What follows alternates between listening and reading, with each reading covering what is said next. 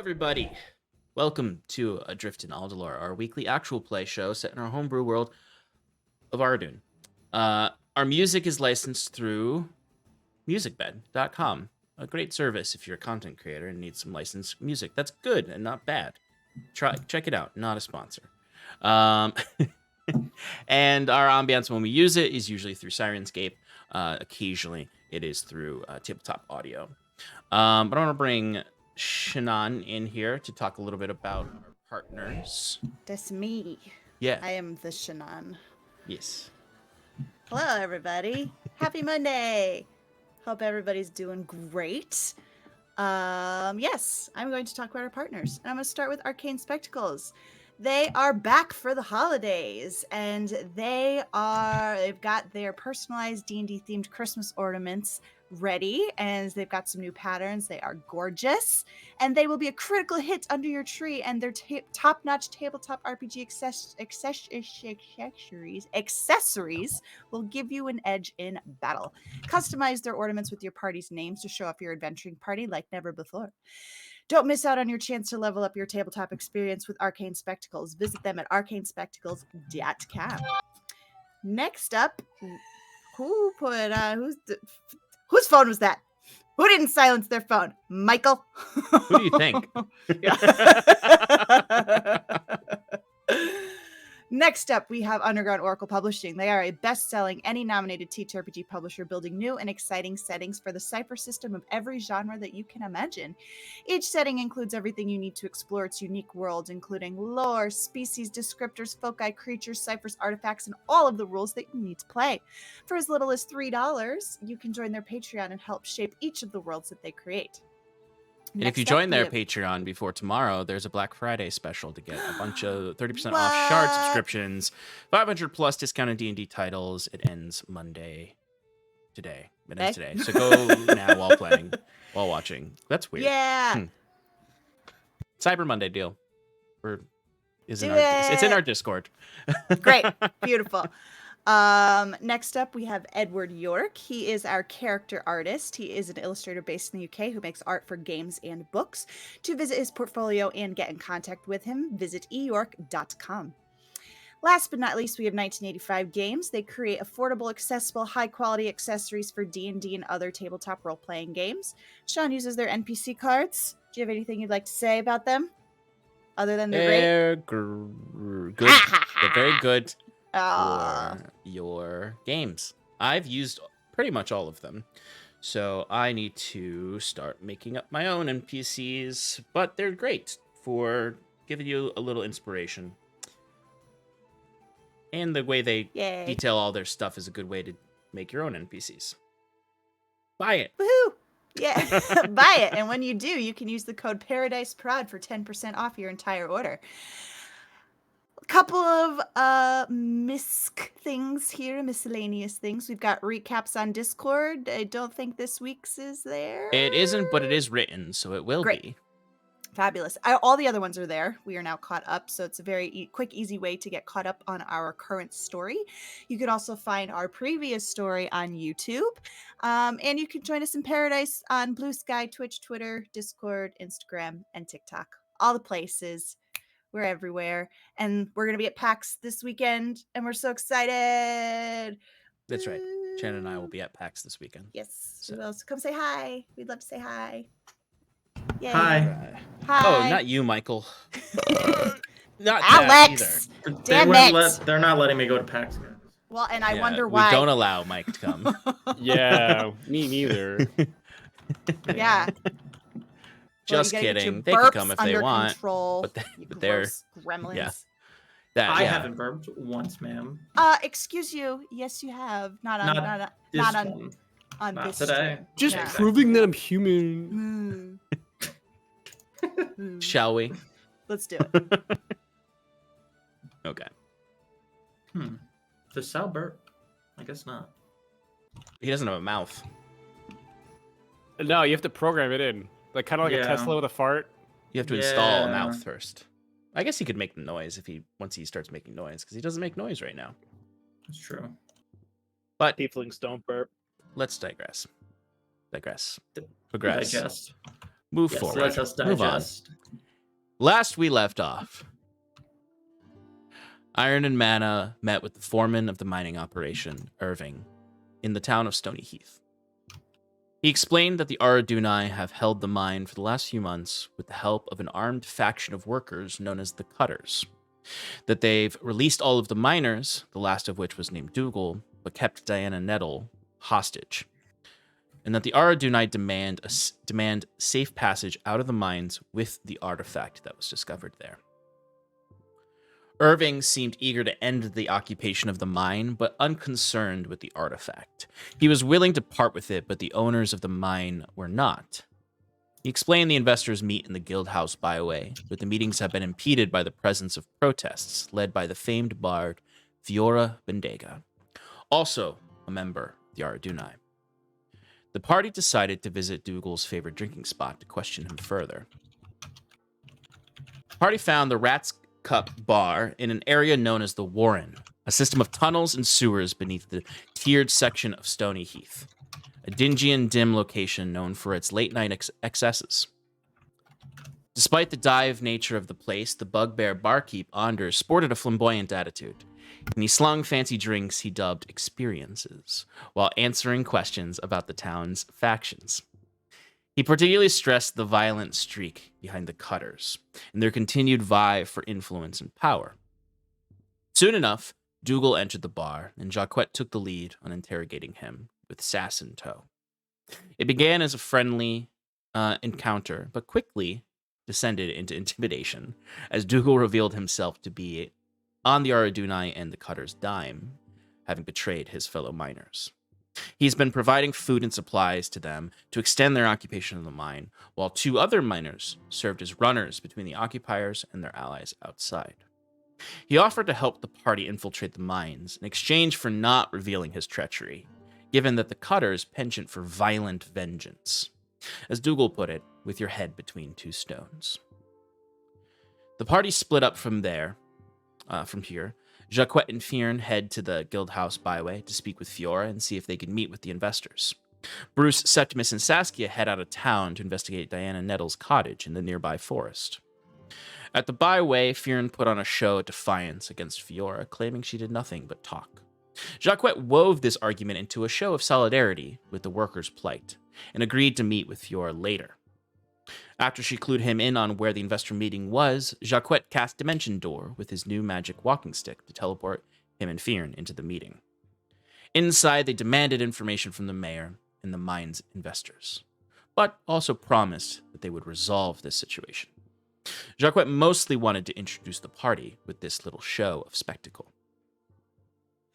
They learned in there of some of the unique investors that are part of this project with Volcarian Mines, including a representative from the Gem Cutters Guild, representatives from House Samara and Halcyon, and then a unique representative from House Astor in Samara, who expressed interest in claiming the artifact, regardless of what was going on with the mine, offering to pay lucratively.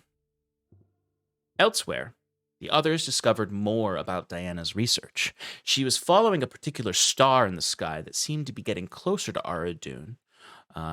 She believed it was connected to the artifact in the mines somehow. They also found a series of odd drawings depicting strange visions Nettle may have been having, depicting clown-like figures and images of destruction and other oddities. The party reunited to share these findings at the Hero's Scroll, where they await Fiora now. They disclosed what each of them had found, and now they find themselves sitting in what could only be called medieval times, in the town of Stony Heath. All around them, there are loud families sort of cheering and having a good time there, as there are waiters moving through the tables in not necessarily full suits of plate armor, but sort of mismatched pieces to kind of connect their uniform to be they are in some way knights, serving the meals as they are going about with turkey legs and other food that to these people are themed in a medieval way. This setting not being too far removed from medieval actual medieval times, it is a bit of an odd bar. It's kind of like a 60s bar if you found today. But you can see they're going around giving little hats, little gold crown hats to children. The place is lit by torches, even though most places are still lit with gas lanterns of some kind. They're really hoking it up. You can see someone walking around in a really over-the-top king outfit, being followed by a jester of sorts. Really, really playing up the fairy tale aspect. As you all, I'd like a crown, please. You say this to a plated waiter wandering by, and you're like, how old are you? Does it matter? I'd like a crown, please. All right. Looking around at the rest of the table. Anyone else want a crown? Unless it has some magical capabilities, I think I'm all set, friend. Oh, you're no fun. It's made of paper. Anyway, he wanders away to go find Saskia a crown. As you can order food or drinks, whatever you want, as you are kind of discussing as you await Fiora, perhaps discussing what you want to find out from her. I don't know what these goldfish are, but they're quite delicious. Do you think they're real goldfish? They don't taste hearty. I'll just stick to my turkey leg, thank you. Have you had goldfish before? No. Oh, they're a delicacy. It's kind of I'll house you. Oh, no shit. Can't say I've had them before, but I do like the cheesy flavor. Have you had Yeah, the these pizza are ones? nothing like actual There's goldfish. different types? Actually, no, the pretzel ones are the best, if you can get your hands on those. These are not real goldfish, is what I'm trying to tell you guys. These are... Some wizard must make them this way. I don't know, that's so crazy. Goldfish transformed into pretzels and cheddar-baked entities. The waiter comes by moving really quickly, like holding a plate of turkey legs over their head, and they just like squish a paper crown onto Saskia's head. Thank you very much. The wizards over at Pepperidge Farm must really be well-renowned in Halcyon. Just funny is we do actually have like a wizarding like jarred goods and baked goods company that we've established as part of Mike's backstory. Mm-hmm. Yes. Yeah. And now they make goldfish. So. Yeah, I guess so. It's Pepperidge Farm now. It's the Hannaford family preserves. The Hannaford family, they remember. They remember. Isn't Hannaford a... Hannaford's like it's a grocery store.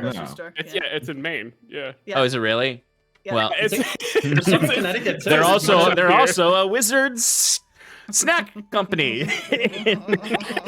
Makes sense to me. In Honestly, Aldhalor. my immersion is not ruined by this in any way.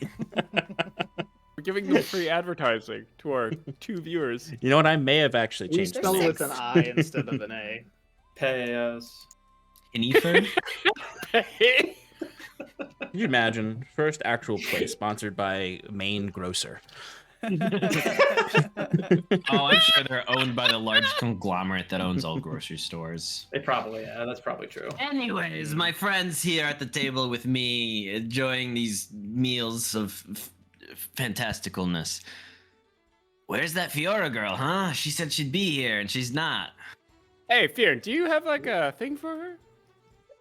Yeah, what exactly were we planning on getting out of her? We do have a way into the mines. Kind of like lowering his voice so he doesn't say anything too loud.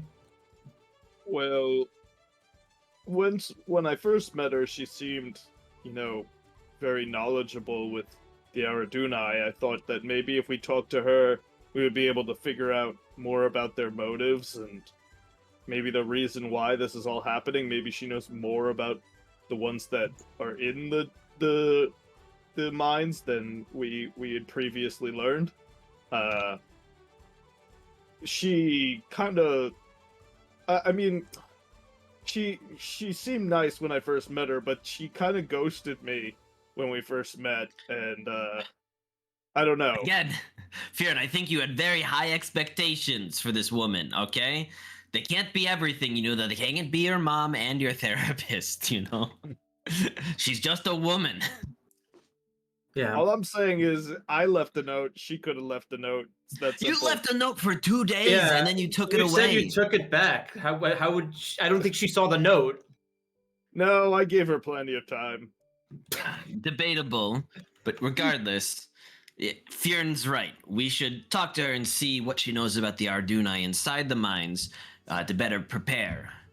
And maybe see if she knows what this artifact actually is, or the entity that supposedly lives inside it. That is a good point. I would be surprised if she doesn't know anything more.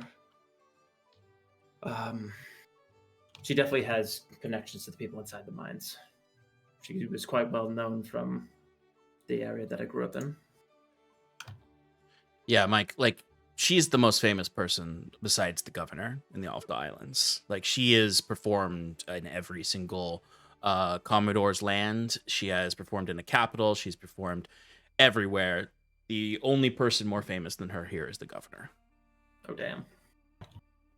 Yeah, but I mean, Jaquet, you could kind of speak for this. Do you really know the people you're performing for, or you just kind of? I feel like when you get to that level of, you know. Well, no, she's a member of the Aradunai. I don't think she performs for them. Yeah, she's a never very mind. vocal activist for But spirits. Not only in apparently- her music and her songs, but outside of it, as you clearly saw when we were walking in. But according to the big guy here, Jaquet says, like tapping Fyrn on the chest, she's all bark and no bite. I'm interested to see how she perceived your quip, Fyrn. Right. I really was kind of just doing that to throw a wrench in her plans. I was being a little bitter, but it turned out that I had to get up on stage and, speak my case, and Totally I think it went bungled okay. Totally bungled it. But whatever you think, man, you do you. Bungled. And as you I all don't know discuss what that, means either. you would see kind of slinking up to the table, sort of Slinking. noticing the crown on Sass's head is the little jester that is wandering around, as he suddenly very acrobatically kind of like jumps up from his slinking position and is like standing now. He's, first of all, he is a gnome. So he's very Yeah. small, but he's just sort of like, you're in like kind of like a booth, and he's like standing on the top of the back of the booth and walking around over to Saskia, where he kind of like pulls your crown up and like looks at your head and goes, I don't see any king under here or a queen of any kind. Excuse you, I am the queen of the sea. Thank you very much. It's her birthday. We have a birthday in the tavern. He shouts out Oh, really you loudly. wanna kill me. It's actually my birthday and it's his birthday. We've got two of them. Pointing to We've got two Jaquet. birthdays in the tavern. It's not I my know- birthday. It's not my birthday, and I will not pay for whatever shit cake you bring out to us. Don't even think about it. I just lean grumpy. over to Septimus He's old. and I'm like, actually, the very first thing I learned when I came down from the earth is that whenever you go to a restaurant, you have to tell them it's your birthday. It works every time. Oh, okay. Why is that? It's I just never a really went to traveler's too many joke, restaurants.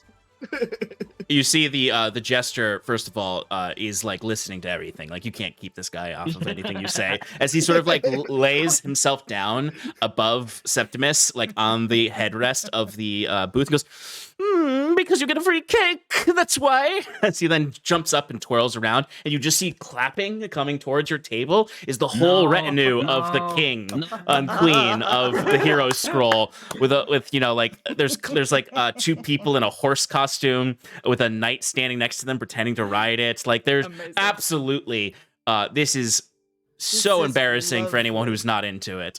Come on, Liz, As sing us the birthday song. Come on, you know it. Happy birthday from all of us to you. We wish it was your birthday. Louder! Hey. as the gnome is like doing like twirls on the table now, as he takes the basket of goldfish and starts to just sort of throw them at you to catch in your mouths as he's dancing around. I land them all. singing a song about how he's Quibble, the jester, and everyone has a good time around Quibble, the jester. Oh my god. Happy Quibble? birthday. Yes, my name is Quibble, the jester. I am the bard around here, jester of sorts. Keep everyone in line a little bit. Keep all our kings and queens, and lords and ladies, and barons, and so on, all behaving themselves. As he then grabs your hat again, and I imagine the hat is actually on like a little string, and snaps it. Ow. I don't know if we really believe in the feudal system here. I think we're more of a mercantilism. Is more of a better. No. Don't I'm not quibble so with sure what you're Quibble. talking about here at the Hero Scroll. We certainly love our royalty. As again bows to because the gods- Sass. The divine right of royalty. Yes, that's right. Yes. Yes. The divine bow right to me. turkey legs, goldfish, Ooh. and baked rolls. This as place he- is the best. As the king and queen come over and lay out a very messy looking cake on the table with sparklers in it. This is my very first birthday cake ever. Yeah, I mean, technically you don't know your own birthday, right? So today's as All good right. as any. All right, Fyrn, we didn't have to fucking say it out loud. But yes, We were all thinking it, so. we didn't have to fucking say. Anyway, sing again. Can we sing again? That was fun. It's as you say "sing again" that like they've delivered the cake. These service workers are absolutely done now. They all walk away not dancing at all. Quibble kind of almost like you can see Quibble kind of like just doesn't jump or acrobatically dance. He just like awkwardly gets off the table. Fyrn starts singing again and then forgets the words and just No, you're like right there. peters off. You're right there. Anyway, anybody want some? My mouth is full of cake, and I just hold it out. Anybody want some? All right. It's delicious. Here, take some. Take some. Jaquet produces a fork and takes a little bit, It's like like a Try- very try tiny to bite as well. tasting. Yeah. Everybody get in on this. There you go. Bruce, here. It's so good. It's Too got dry. sprinkles. Oh, it's Too absolutely sweet. too dry. Way too Absolutely too sweet. sweet. Oof. It's the best thing I've ever eaten in my life. The frosting is like kind of that frosting that kind of is chalky. Oh, Um, Oh sugary. God.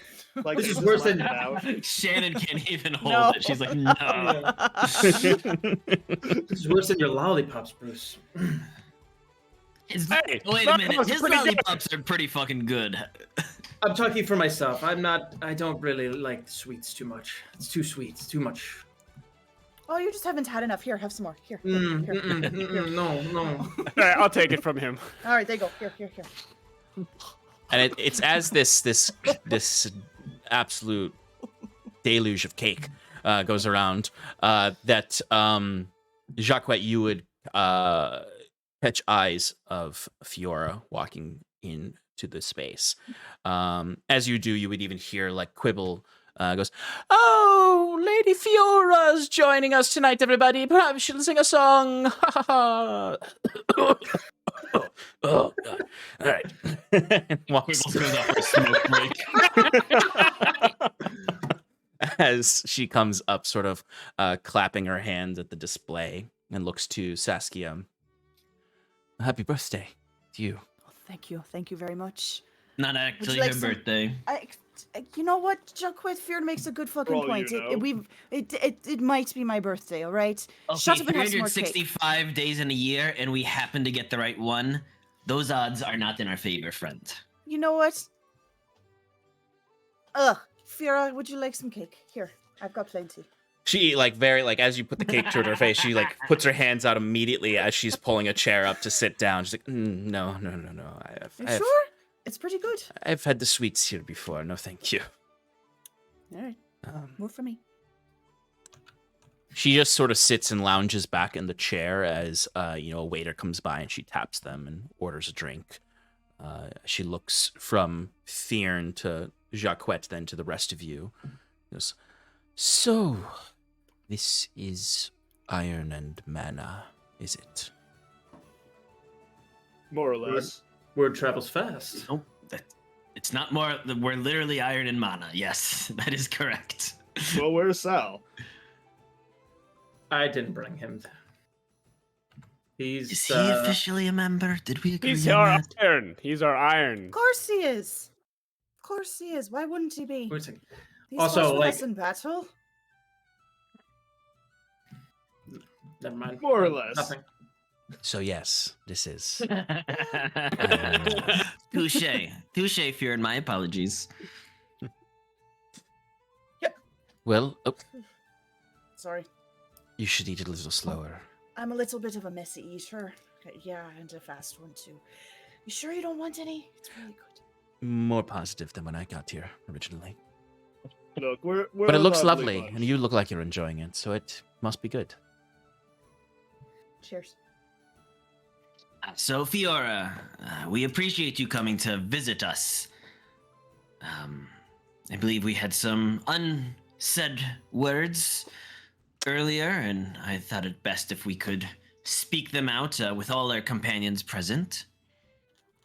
Well, after the presentation in the byway,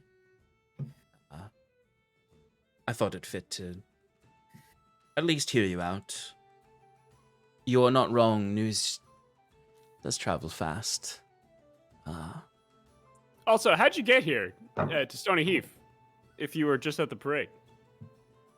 She wasn't at She the wasn't. parade. She wasn't at the Oh, parade. I thought that you That just was- said that. Never mind. I am No. delusional. I'm gonna. It's go back okay. to There my were corner. many Here, many performers at the Here, parade. more cake. Here. Thank you. Thank you. Here. But I Cobalt. Bruce. I have I have my contacts in Hyven who can And get what their have you information heard? out quite quickly. Of Well, us. what have I heard? I have heard that there is a new heroic group, that those with interests in the various factions of Aldhalor wait with bated breath for where they land in the overall puzzle of everything here. I wasn't making anything up when I had heard that you were, at the very least, in a temporary basis, aligning yourself quite closely with Governor Ajin after the parade. Well, the governor gave us an enticing offer, and he's a powerful man. Yes, If, very powerful. If you know something we don't about, his intentions, it seemed like you had a negative opinion of him when you were speaking to the crowd. I don't know if that was just for show. Well, the governor is quite cozy with halcyon investors and the overall hyper-industrialization of Halfdal, the displacement of workers, and the slavery of elementals. So, I'm not keen on him. Though I, Septimus jumping in to this. Like, I don't believe we've actually met, but I have seen you around quite a bit. Septimus, Evergreen. I grew up in Hyven. And yes, you're right. Evergreen? His name's Evergreen? What? Growing up, I've heard about you for all this, everything you've told, and Septimus like eyeing to the side. I was like, and I was raised to be quite fond of the elementals ourselves. And sure, we are an adventuring group. Side Pajin came to us, and he is paying. So, of course, we said yes. But don't think that we are his puppets. We intend to do what's best for the After Islands. she looks Just to kinda you. let her think a bit. Yeah, and I'll say, Septimus, as soon as you start talking and mention that you're a local and everything, like, she's listening very intently. Like, she gets closer to you, she shakes your hand when you first introduce, and then like almost like she doesn't pull you closer to her, she almost pulls herself closer to you, the chair skidding a little bit, and there's this radiant warmth to her. Not in heat, but in persona, and that when you're saying these things, it appears to you that she is listening to you with the utmost intentions of listening, hearing you, and you start to understand the way people talk about her. They talk about her as this enigmatic force when they speak with her. They always feel, even you can even consider the first time Fyrn met her, that he was so kind of overwhelmed by it, that he was so excited to meet her again, that when she didn't meet him right away, his expectations were shattered. Like, she is that persona that is plastered across taverns in Aldhalor. Sure. As you finish this off with puppet on strings, and she leans forward, putting her hands over, one hand over the other in a very caring way. She looks and says, "Well, I would never consider the farmers of Hyven or the people of Hyven to be puppets. So, at least, not intentionally, your people are very resilient. I myself come from the capital lands, but I've spent a lot of time in Hyven, and sometimes what you perceive, or someone else might perceive as strings of a puppet master, are often just the nettings of security that slowly become chains. If the governor is willing to imprison elemental spirits in the love of profit or whatever, it is not very long before that exploitation extends to the people of Hyven in some fashion. This is my main concern, truly. So I am happy to hear that you at least don't receive the strings there. Hopefully they are not there. But time will tell." Look, Although we lady, have- we're using him, okay?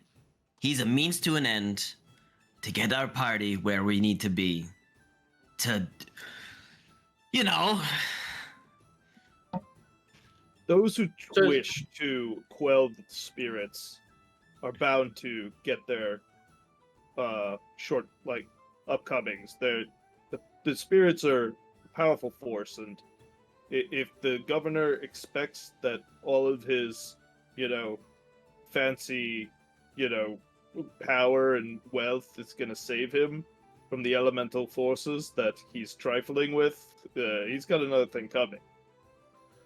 Power and And- wealth can purchase you many fine things to protect you from elemental revolt. Without getting too much more into the contract we may have signed with the governor, the business of what brings us here today has nothing to do with him, actually. We come from the university on behalf of Professor Sigel to resolve this matter. Someone I'm sure you know of, somebody who is quite I have. renowned in appreciating the spirits. I have heard of And, Sigil, and I do respect his veneration. So, that is good to hear that you're working with someone of dignity.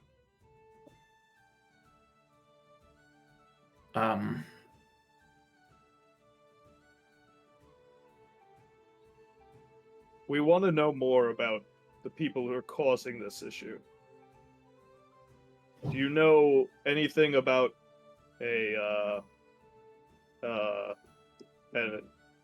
what was his name? Adolin? Something? No, it was Altair. Altair. Altair. Altair. Altair. Altair. Do you know anything about an Altair? You see, she just very casually, she does smile, and that sort of warm presence recedes a little bit as she sits back in the chair and looks to each of you, and says, "Am I not mistaken in that you are all here to interfere with what is going on in the mines?" We've been asked to help resolve the issue. Now, Professor Sigel and the university could have contacted any sort of mercenary force to come in and bash skulls, rip people out, and take what's theirs. However, they wanted a little more nuance, and we are trying to handle this in a peaceful, democratic way. So that's why we ask if you are willing to tell us. It would help make our jobs a little more easier. I suppose something to follow that up with is, what method of resolution are you pursuing? Are you interested in meeting some of the demands of those inside? We wish to recover the researcher Nettle from captivity, if that's really what's happening. And learn more about what's going on down there before we make any decisions on whether or not to comply. Well, I don't think they're going to give up the artifact, or give up Nettle without assurances that they get to keep the artifact, or whatever it is. And I know they are very, very hell-bent on keeping that artifact. Well, Are you more familiar, Fiora, with what this artifact truly is? I'm not certain. From what I've learned, it is as the oppressive presence on those around it. Stony Heath has always been an interesting place. There's an energy that has always been here.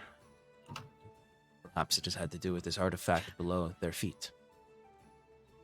When she says that, energy has always been here, Jaquet rolls his eyes like really hard. He's like, oh my god. She absolutely notices. With her nat 20 for eye roll check. Well, Fiora, do you have a lot of claim to fame around here? A lot of people look up to you, and you're a good speaker, but I've yet to see you in action. You know, what would you suggest we do? Oh shit. I suppose I'm a bit biased, but I would promise safe passage. And you're really looking to keep hold of the artifact, or really looking to secure it in some way for your bosses or who you're working with, promise them some assurances of where it will go. Well, I think that leads back to the original question of what we were looking, how we were looking to resolve this. I think the next step is, at least for me, is to know full well what this artifact is before any of us agree to handing it over. Now, I trust, given your reputation, if you're saying it should belong to the Aradunai, then that's probably the best course of action, but we can't convince that if it is true to our superiors. Unless we know what it is for sure. Septimus, give me a persuasion roll for the sort of way you've been speaking to her and what you're asking. 11. 11, okay. So perhaps it's because of your expression of previous worship of elementals, or at least previous respect towards them, and your locality. She does sort of not warm. She warms to you a little bit here. She says, well, truthfully speaking, I don't necessarily think that the artifact should be in the hands of the Aradunai. I just simply don't think it should be in the hands of agents of the government. There are people in the university I respect greatly. Sigil counted amongst them. But there are others, some who have perhaps investments in this mine, that are more connected to the rot.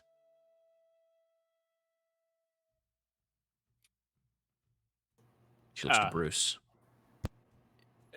Fiora, I imagine you're well connected with most of the Aradunai down there.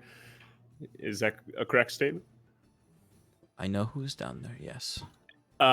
Do they understand your views and where you stand on this issue? Not entirely. All right. So we can't name drop you as a reference. I mean, it wouldn't necessarily hurt your cause, but let's just say Altair does not always agree with my decisions or why I do what I do. Is there any reassurances Why- that we can give him or piece of information that would allow us to gain his trust? He is a very conniving individual. And she looks to the lot of you and says, the group down there, not necessarily the most... They're not what I would call in good standing with the Aradunai overall. They are, as you might guess, a bit more radical than at least the groups that I run with, the central core of our mission. They are concerned a lot more specifically with the elemental captivities. I am no fan of elemental captivity. I have no interest in the further progressing of elemental slavery, but I think of it as connected to the interweaving political structures of this island. They see it as the sole issue at hand, and thus they take much more extreme circumstances to free said elementals, whatever they are. I wouldn't be fully surprised if they've been involved in other instances. Altair leads them. They are a small group. Altair is young, brash, and has quite the ego that is very susceptible to being... Stroking? Nice. Exactly.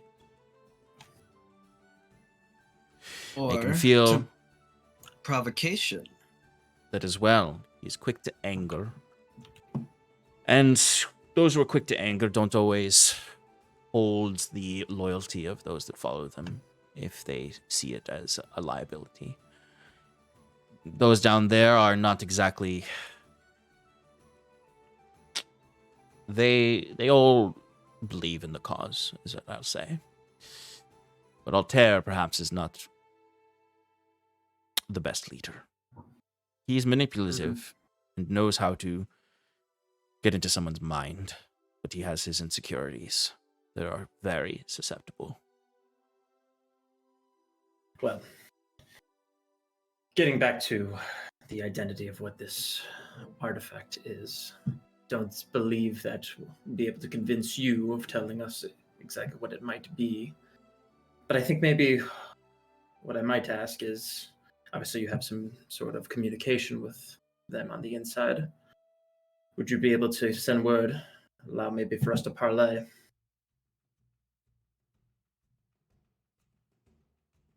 If you are to assure me a peaceful resolution, then I can connect you with them, see if they're willing to speak. Septimus looks at the rest of the group. Why did you come here today, Fiora? Well, I was invited to dinner. And you're an You- interesting I- group. I doubt you're just here for the drinks and conversation. You want us to be successful. And she You want us leans... to clear out the mines and solve this issue. Or you have a crush on somebody in this group. She smiles at Fyrn and at Bruce and looks to Bruce and says real quick. You're in straight face the whole time. I assure you I'm not here for romantic pursuits. I am here because you are all people of interest. Rising stars in the Aldhalor Islands, and as someone who has connections, someone who is a part of the web of this place, it would be foolish of me not to scope you out. Now to your inquiries, White Eye. Perhaps I do want you to be successful. Perhaps Altair is a problem for me. And perhaps if you find it in your hearts to do the right thing, I may be able to take the artifact off your hands in a way that does not seem as problematic as giving it to these protesters, occupiers. While allowing you, she looks to Septimus, to look into it yourselves. And then together we can decide its fate. Before it has a chance of getting into the hands of those who would misuse it. Septimus kind of makes a fair proposal. A tempting offer if you plan to assist us with introductions.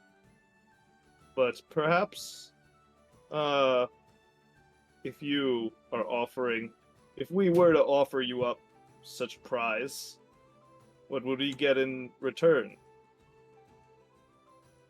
Would you keep the artifact hidden from prying eyes? Or would you use it for your own gain?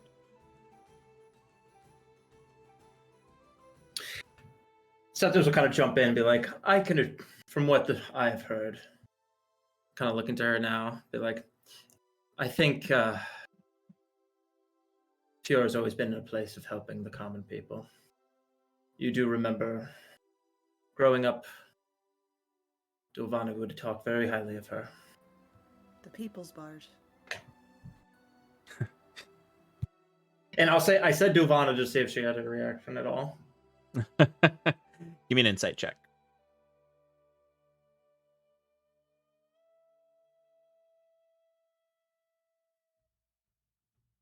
Ooh, 21. 21, okay.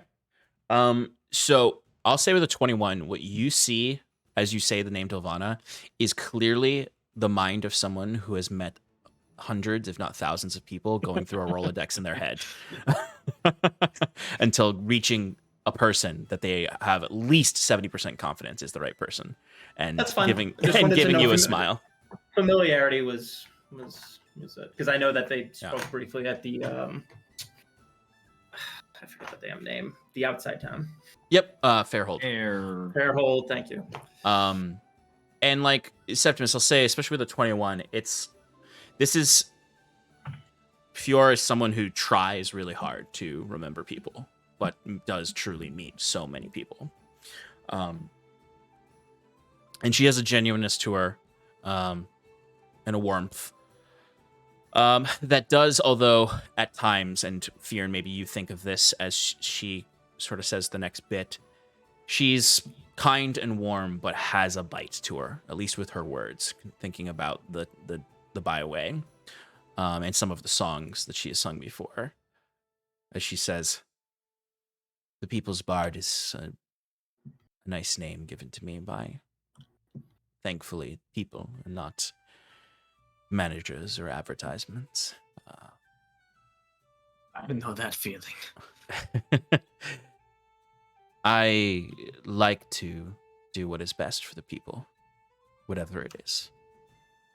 Now, some may consider that misuse of the artifact.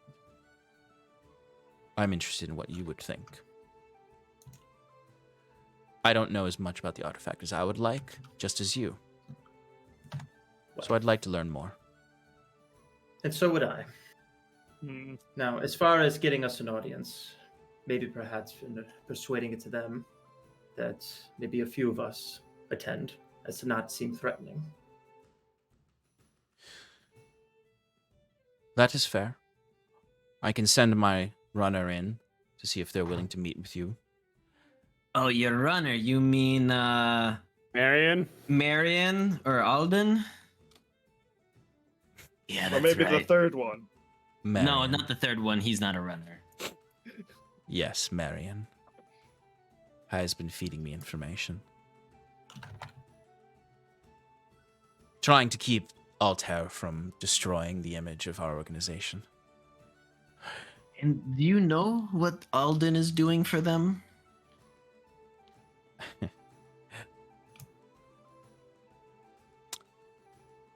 I'm sure you know that they are working with another organization. You mean the Cutters? Alden is a runner for the Cutters. I would be much more worried about them. Oh, I am. Trust me. Altair and his operation, they are foolish. Brave.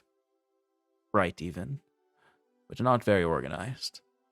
The Cutters got them in there. But unfortunately for them, the Cutters have not been able to get them out. The Cutters will resort to violence at any means, especially if they are cornered as they are right now. From my understanding of the local politics of the factions, they're quite formidable. Just to refresh my memory, the Cutters are not held up in the mines with them, right? They're just... No, they are. About a dozen. Oh, they of them are. Yeah. Oh, not, they are. Okay. The Cutters are Oh. all throughout town. They are a sort of like they're a gang / sort of like private club, you could say, of like people who are workers in some sense, Okay. who have I a just violent remember. streak. Right. And I they're- didn't remember the logistics of who, like, if they were in the caves too. Okay. They're I guess assuming that anti-guild, right? they're not hanging out with the Aradunai, or they are, or they're just in a separate part. They're most likely together. Okay, Um, got it. They're anti-investors. They're That's what I'm. Yeah, anti. they're pro-labor, Yeah. but in a violent should- means. Yeah. Okay. And they're only working with the Aradunai because they've got a common goal. Yeah, they want to. enemy. They truly, at the end of the day, want to take the mine over completely, and oust the investors, take it by violent force.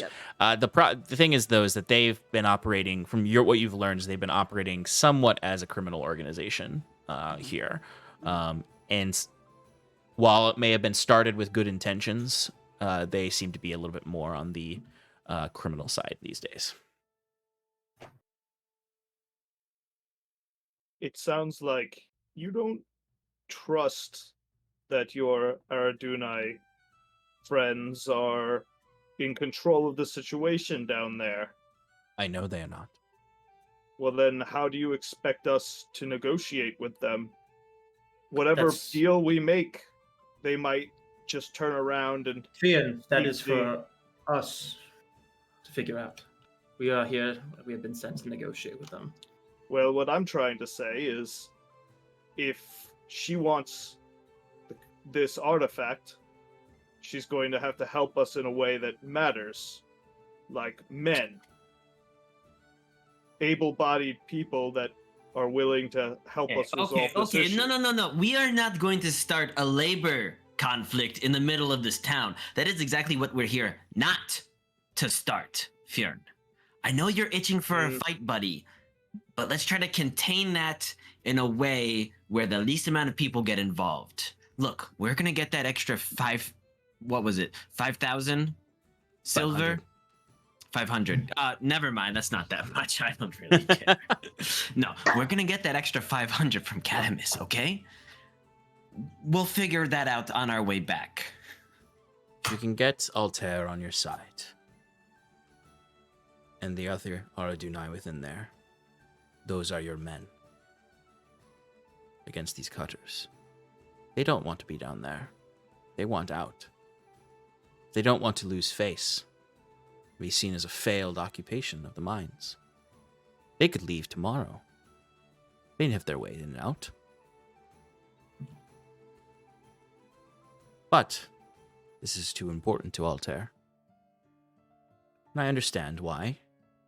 Though I think he's taken unnecessary risks. Not necessarily something I haven't done myself. But convince them that they can trust you.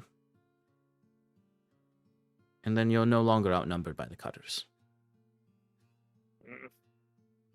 Cutters, though vicious as they are, and violent, wantonly, know when they can't win. And we'll prefer to fight another day. Fyrn writes a little note and slides it over to Septimus. And it just says, we're gonna try and help her, right? She looks at the note being passed across the table and then looks over to like Bruce and Sass and Jaquet.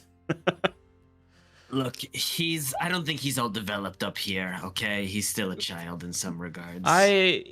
Would you like a moment? I could step away. All right, do that. She grabs a handful of goldfish and walks away. They're almost all gone. Can I, I'll be right back. As she's stepping away, can I just like grab her for a quick second? Sure. I just want to ask her a question. Yeah. Away from everybody else. Hi. Really quickly. I think it's super impressive. I'm sorry, but you have some cake on your sorry. cheek. I know I'm pretty gross. I'm sorry. I just Like, assumed you would tell me too if I had. Of course I would. Like I was saying, it's pretty impressive that people gave you a name like the People's Bard. You got people to respect you. You got people to like you, and you have this warmth about you, this kindness, this, I don't know, the atmosphere that people want to be around. How do you do that? How do you make friends? I guess is what I'm asking you. how do I listen and ask people questions about themselves and generally are nice to them? Is that all? No, it's not all, dear. You get names like that and you get renowned for being kind, but also for being strong when you need to be. I am not this nice to everybody. You all seem kind for now. But as Fyrn seems skeptical I possess, I have fangs too. And Sure. you so get does he. where I am not by just being kind. Right. But you should always be kind when you can. Right. And I kind of like just stand there longer than I should, kind of looking off and not really saying anything, just contemplating what she's saying.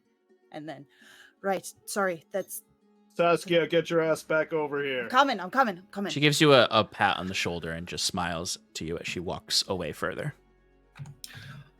Also, can you be more conspicuous, Fyrn? You Just couldn't look wait till around. she was gone? I just sent a note. She doesn't know what's Right on in it. front of her, though. Like, clearly she knows that Yeah, you're... Fyrn, that could have been a lot smoother. I'm sorry. could've I just- understand. Oh, sorry, I don't have any magic to telepathically No, put it's... thoughts in your brains. I don't know where this. I assume Septimus has shown us all the note. Yes. I don't If know she's where left, this mistrust of people comes from, Fyrn, but of course we're gonna help Fiora out. I mean, it's not really helping her, we're helping ourselves by resolving this, but her solution is the one that leads to the least amount of bloodshed, and probably aligns mostly with what I assume is our general collective ideals, right? About how we want to deal with solutions. I agree. Yes, that was what I assumed everybody else's page was on. And I agree to an extent, which I was not lying directly to her. I want to know what this thing is. And if I do Of course. feel that it is better in her hands, then I by all means feel like it would be the best course to give it to her. However, if it's something else that we can't even expect, then we may need to reconsider. Yes, I'm less worried about her intentions and more about, potentially, risking our relationship with the governor just to... This has nothing to do with the governor. This is strictly with the academy. This does not involve the governor at all. I don't You even- say that, but I'm sure the governor would prefer us to have given the artifact over to the academy than to the people, as she calls it. I genuinely don't know if I believe that. Did you see that man? Man is a strong word. There's something about him that just screams, I don't care. Something about him that just says, I do what I want because it's what I want to do. That But man also- doesn't care whether that artifact is whose hands it is in, as long as he benefits. I don't And- know though. He seems like kind of a collector. So But the if the mines are academy opened is- up, you know, the academy flourishes. So as long as we resolve this and get this over with, he Agreed. benefits. At the end of the day, we get 1,000 silver pieces for resolving this conflict. We'll get 1,500 when I spin some fucking tale about the conflict we ensued. And I genuinely think that we will end up in conflict with these cutters. Agreed. So there will be How- some truth to that, but Yeah. it's And- how we deal with that. How do we get them to fight another day, as Fiora said? That's. Do we just go in super like? You mean the Aradunai?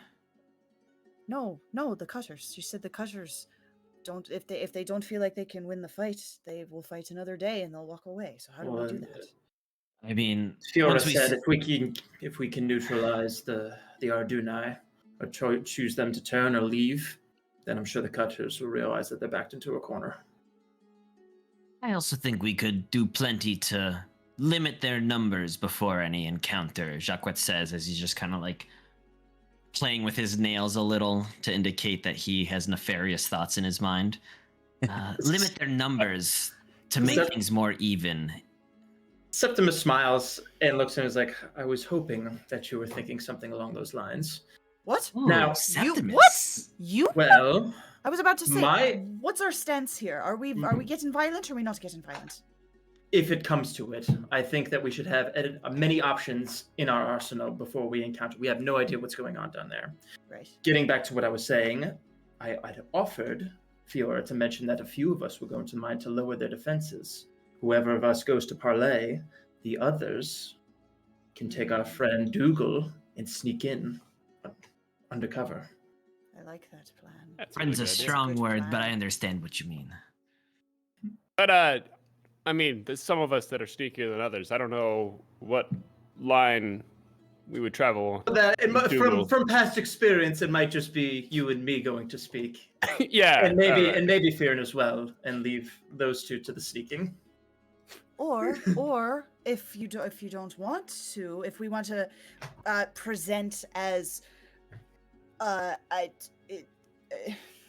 The battle plan could wait until after we finish this meeting with Fiora. I just want to make sure we're all in the same place here. We're definitely going to help her out.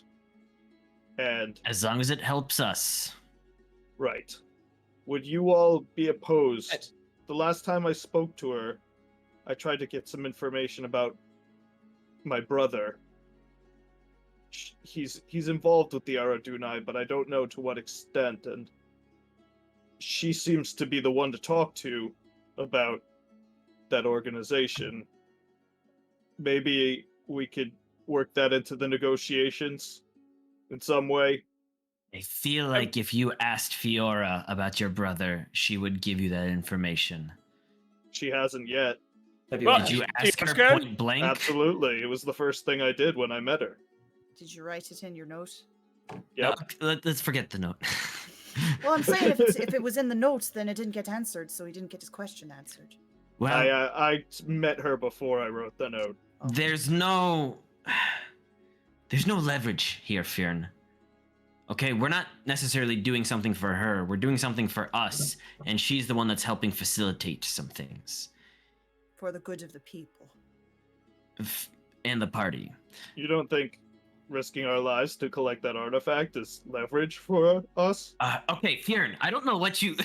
We're risking our lives for that artifact to get 1,000 silver pieces. That is our contract. that does not have anything to do with Fiora. Fiora is simply a way for us to get in there, or a way to talk to the Aradunai in there, to this Altir.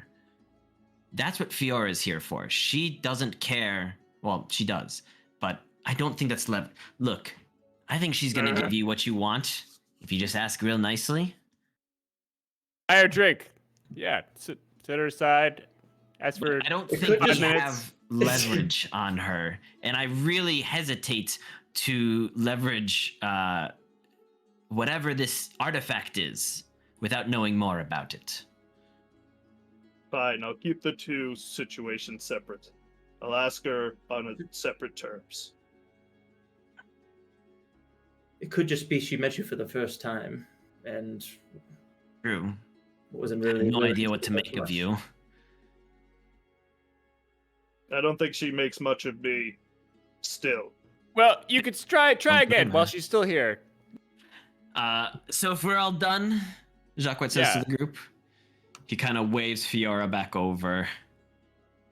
Yeah, and you see Fiora was by the bar, just talking to Quibble, who was standing on the bar and who was just like, he was absolutely just smoking a cigarette on his break, with like a big like mug of beer that he had, that was Oh, yeah. basically half the size of him. Of course. As she sort of does a little cheers against his giant mug, and nods to him as she walks back over. So, are we in business? Jaquet kind of looks to Septimus. Septimus nods. It's like, I believe we are. Let us know when we can meet them. And she goes and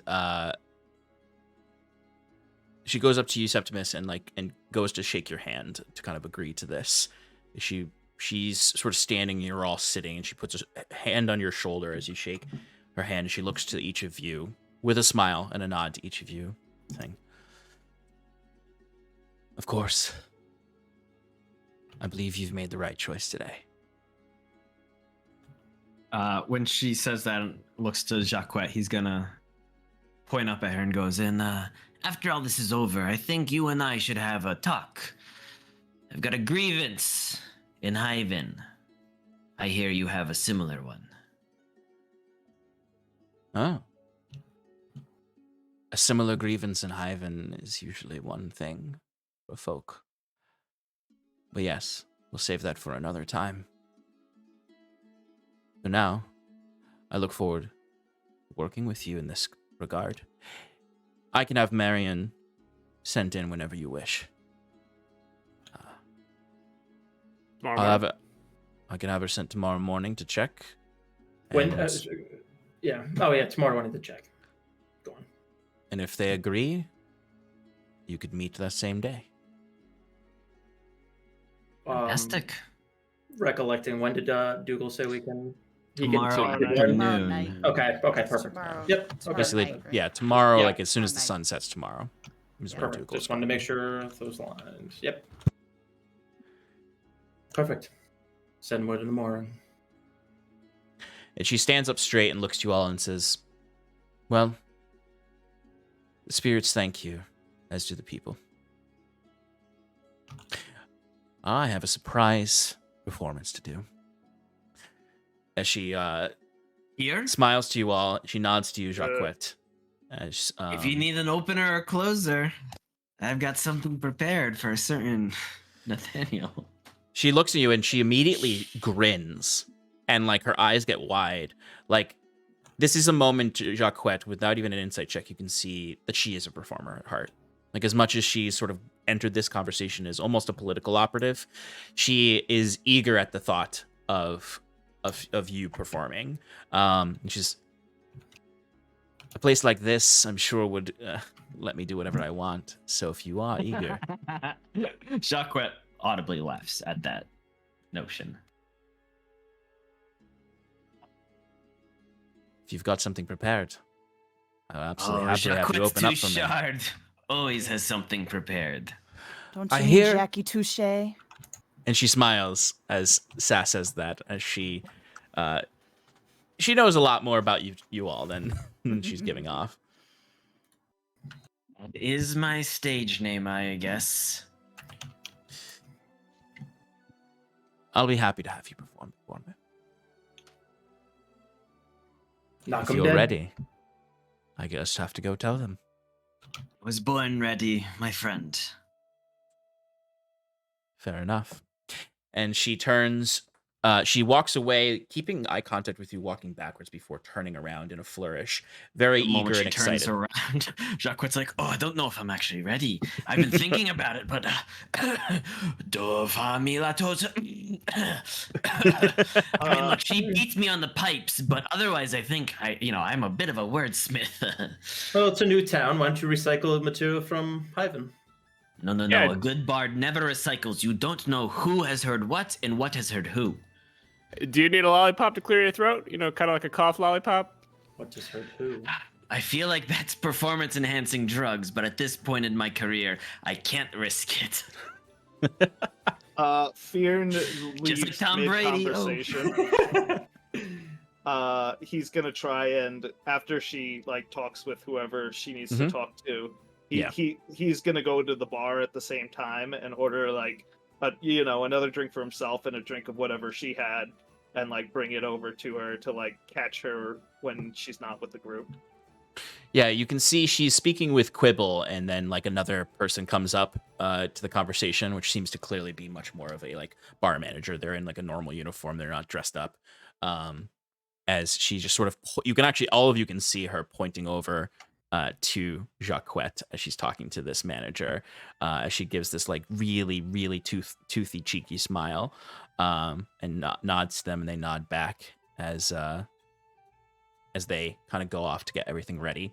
Jaquet, you would notice that there is a small, a rather small stage, a dais set up in sort of the back of the entire place. Since this place is really restaurant style setup, so it is Yeah. absolutely a weird place to perform. But there is a very small dance floor where people can gather and get up out of their seats. Not as much as the Rat's Cup, but this place does have somewhat of a nightlife. After 10 o'clock when they stop serving food and it's just the alcohol. They occasionally have local bards. But Fyrn, you can absolutely approach her with the drink if you'd like. I hand over the drink and say, "Listen, one more thing. I don't know you that well, but you seem to have a good reputation, and I respect what you're doing here, and hopefully we get along in the future, but I'm wondering if you remember what we talked about when we first met." And she takes the drink and sort of does a very light cheers against your drink as she takes a sip and looks kind of forward towards the bar as opposed to towards you after you ask the question. As you can tell, she's somewhat kind of rolling through her mind. I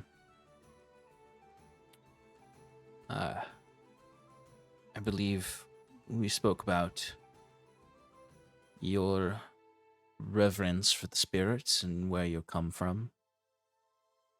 And I believe you mentioned a member of your family. Please Right. remind me. My brother, Durandal of Valheim. He often goes by Hornless. I haven't spoken to him in a long time, but the last missive I've gotten said that he had grouped up with the Aradunai. If you have any information about him, I'd appreciate it. I'd be willing to pay you.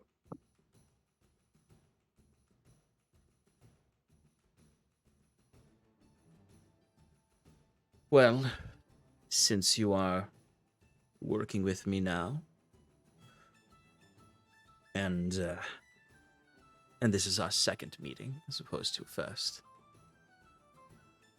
I suppose I can look into it for you. The Aradunai are spread pretty far across Aldhalor, and even into Halcyon in some corners.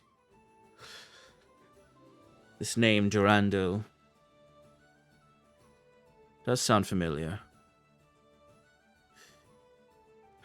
The names that sound familiar off the top of my head tend to be those who are either very important or have caused trouble. If it's him, probably the latter. Listen, Altair is the leader of a faction within the Aradunai. A faction that is attempting to split based on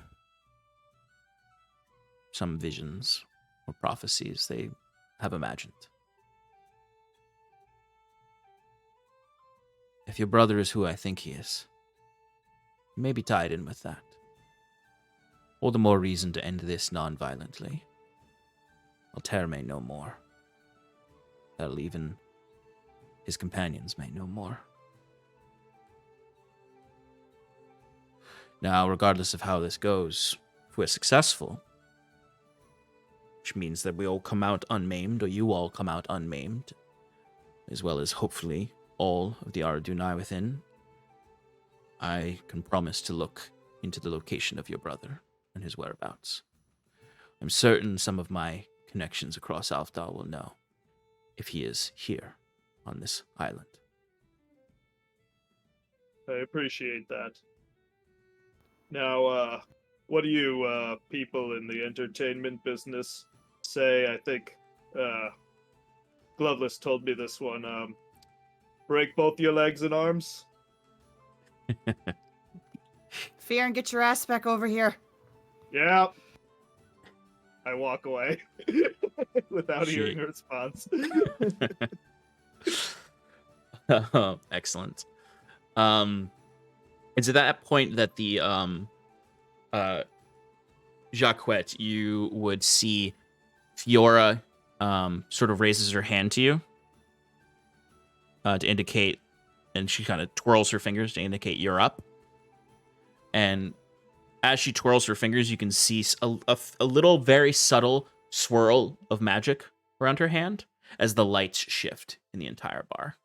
They go down, except for around the stage where the torches seem to get brighter. Yeah, okay. Did Bruce actually give Jaquet a lollipop?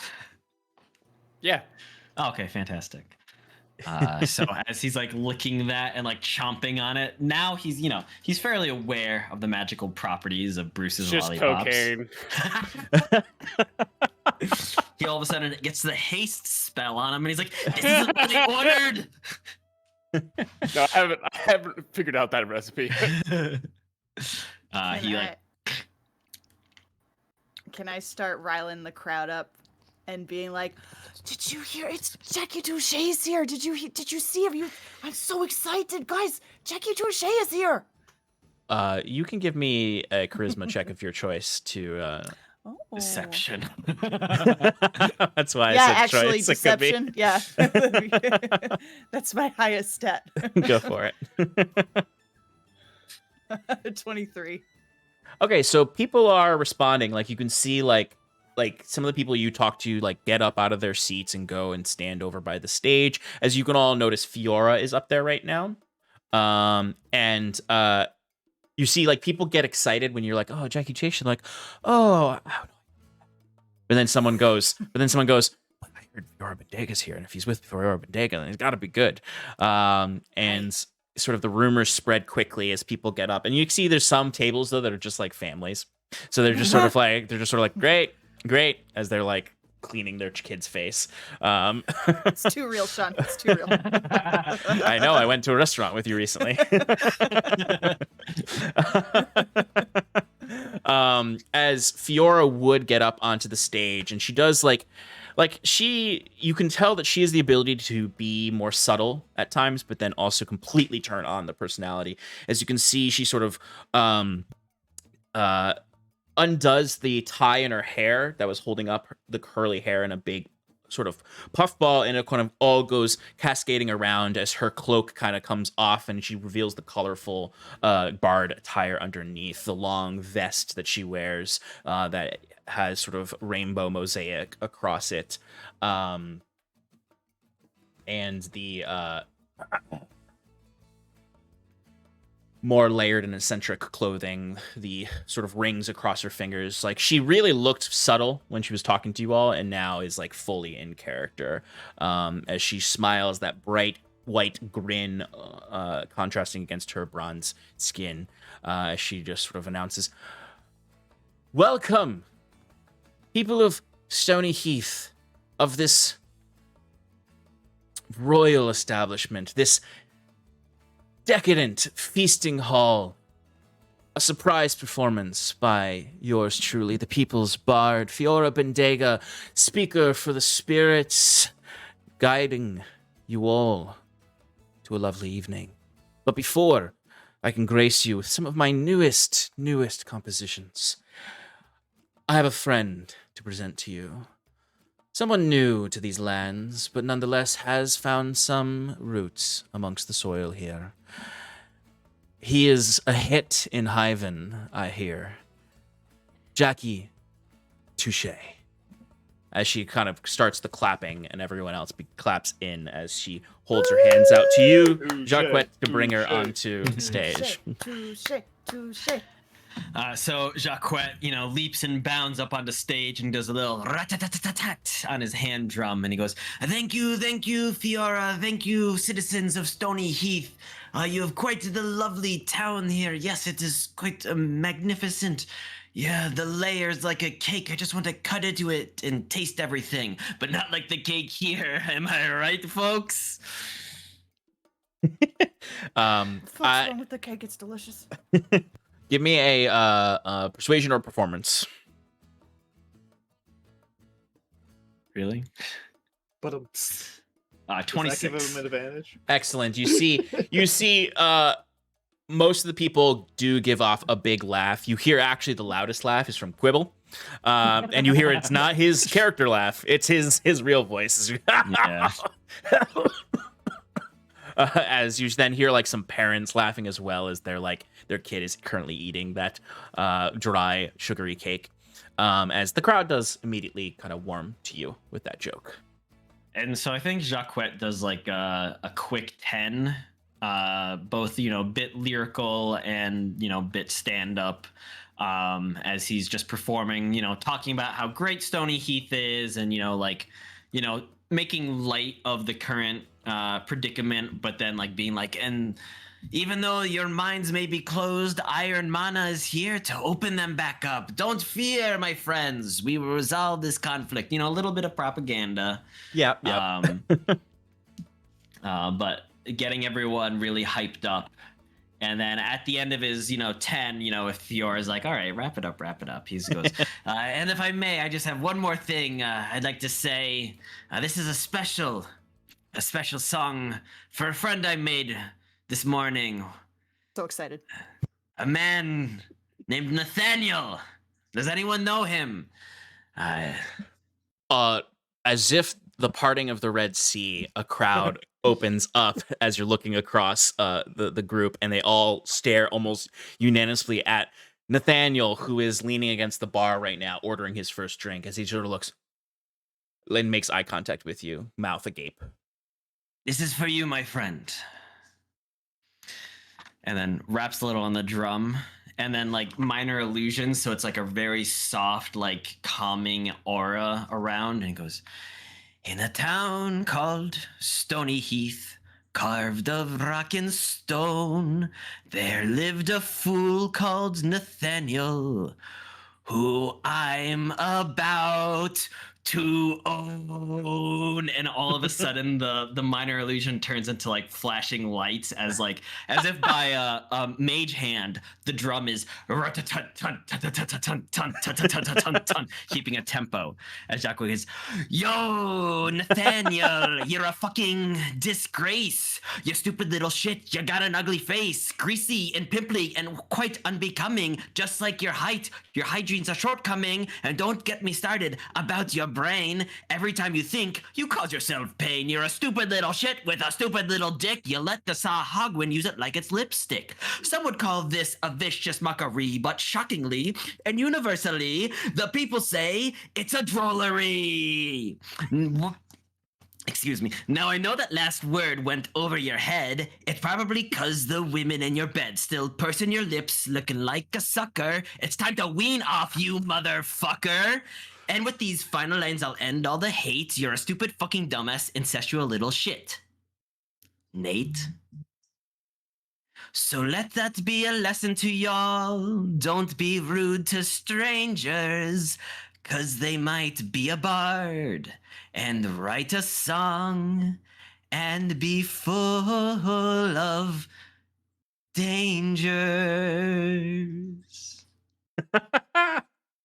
It is. I imagine it is like. We're the only ones clapping. No, I imagine it's dead silent at first as you all begin to clap as the supporters of Jaquet. I will ask you to give me a performance check for the audience. I would have given you advantage, but I know you already have it because of your lollipop. Yeah, that's fair. And remember, you do have an inspiration point.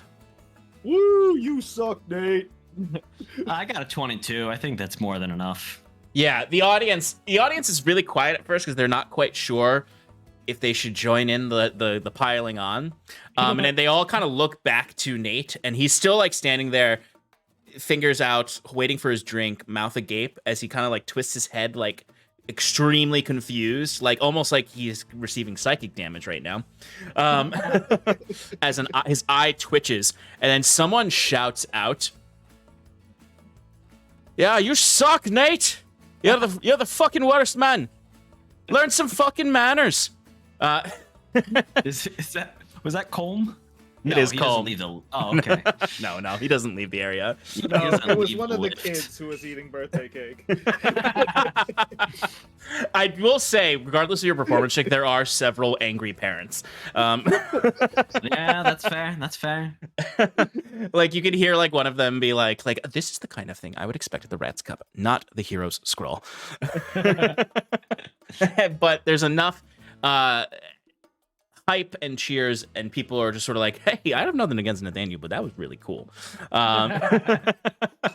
And like it weirdly like turns kind of nice in that like Nathaniel maybe learned something from that. It was so good that he is kind of like he's kind of laughing it off, and like when people come up, he's kind of like, "Yeah, I suck. Yeah, let me buy you a drink. Let me buy you a drink. Let me buy you a drink." As he has somewhat possibly learned his lesson due to Jackie Touche's owning of him. Jack opens a little notebook and he just sees there's just Nathaniel on it, and he just crosses the name off as the grudge has been settled. Excellent. Okay. So as you complete that, and I imagine hop off of the stage with a flourish, a cool flourish, Fiora does like come back onto stage, and she does kind of look around, sort of like, not bad, not bad. As she pulls out her lute, and kind of pulls a stool up, and you can see some magical energy waves across her lute as the space gets rather dark, and a serious tone comes over the room. Yeah, okay, I get it. I'll change the music.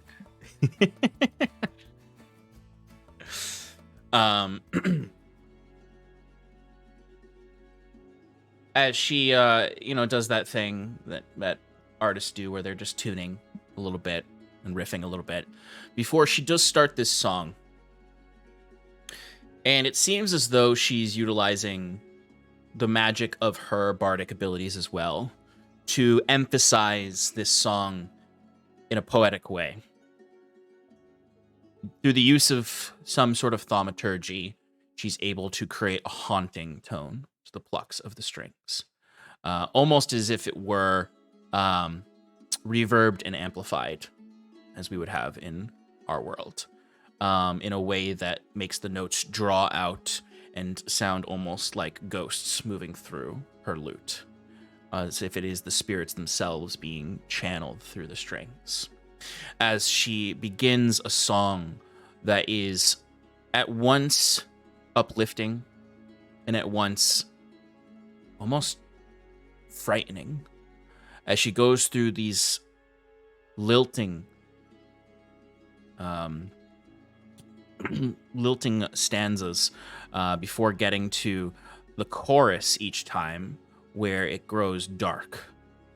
And she sings a lot of pride and the poison of that pride, in singing about the ways that people forsake their communities and the way that greed fluctuates through community, calling upon the rich lore and history of Stony Heath and the proud people of this town and the ways that they value their community and have a certain level of pride in it. And it's as she gets into these chorus moments that it feels like the terror is real in you, as she sings about the fall of those too prideful, as she sings about siblings turning on one another.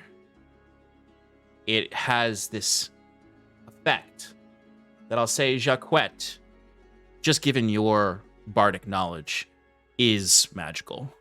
There are terrifying effects flowing through your veins and everyone in this room, as if she might be a College of Whispers bard.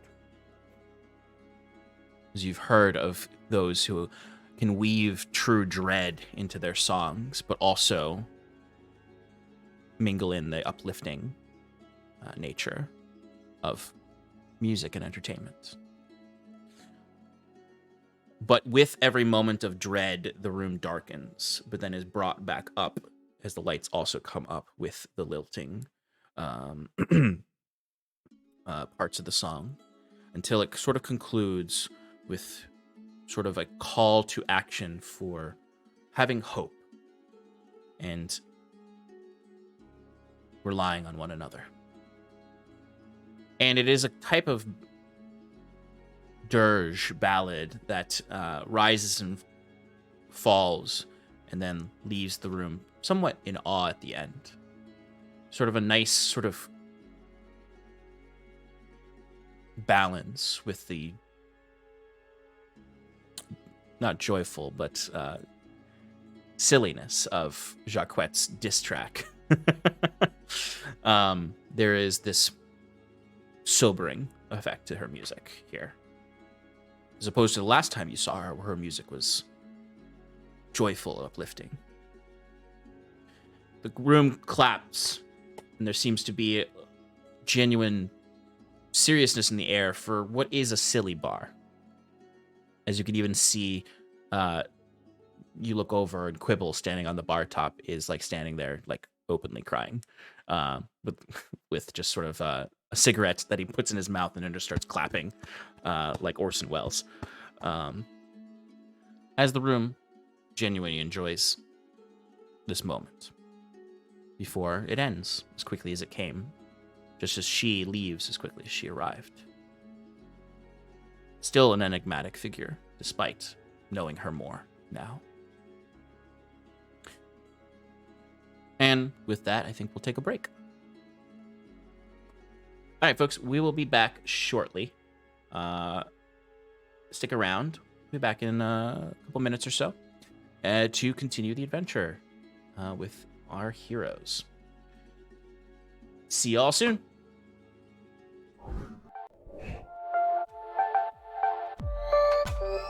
Welcome back, everybody, to Adrift in Aldhalor. Our heroes have just made a deal with Fiora Bendaga, a significant member of the Aradunai, as well as one of the most famous bards in all of the Aldhalor Islands. They've agreed to use her contact to try to parlay with the Aradunai and Cutters in exchange for extracting the artifact and bringing it to Fiora, where they can together look into what it is and then decide its fate. And then Jaquet gave a enticing performance where he ripped local townsfolk Nathaniel apart, much to the cheers of the entire restaurant. And then Fiora gave a compelling performance of a new song. We come back as Fiora has left, and the party is finishing up their evening here at the Hero Scroll. What would you all like to do at this point? You're finishing your turkey legs and drinks. Cake. The place has gotten back to sort of its aesthetic when you came in. As Fiora has left, the energy is not sapped from the room, but it's brought back to a balanced level. I'm about to finish it. Are you sure no one wants any? Are you not vomiting that back up? All you've eaten is cake. It's good. You're And I gonna have a don't waste tough time food. sleeping. Nah, I'll be fine. No? No. No. We're good. Great. And I will adjust my crown. Where next? Are we turning in for the evening? Well, I think so. not Right. but we're. That's a big day tomorrow, yeah? I guess we can go over quickly the logistics of how we want to approach this. Yeah, that's actually Right. that's Going good. back over what I had said, I think it would be myself, and Bruce, and maybe Fyrn. I'm not sure of your stealthy abilities. I don't think Fyrn really sneaks. Well, then I guess it'd be the three of us, and then we could leave it to you two. But also, to- how much sneaking will you guys have to be doing if you guys are just sitting in a cart? I imagine. Why would we Kinda. be sitting in a cart? I don't know. I just made up a scenario. Why How are we does- why are we sneaking in the first How place? does Dougal run food to them? I assume he has it in a bag that he carries on his back and brings in where no one can see him. Nah, I like Bruce's idea of a minecart. Be fun, What right? minecart? We don't actually know how they do their mining here. I have no idea if there's any mine. Every I have mine no has a idea either. minecart. That's not true. That's factually Yeah. not true. No. No, I've been in mines that don't have mine carts. Well, then they were doing it wrong.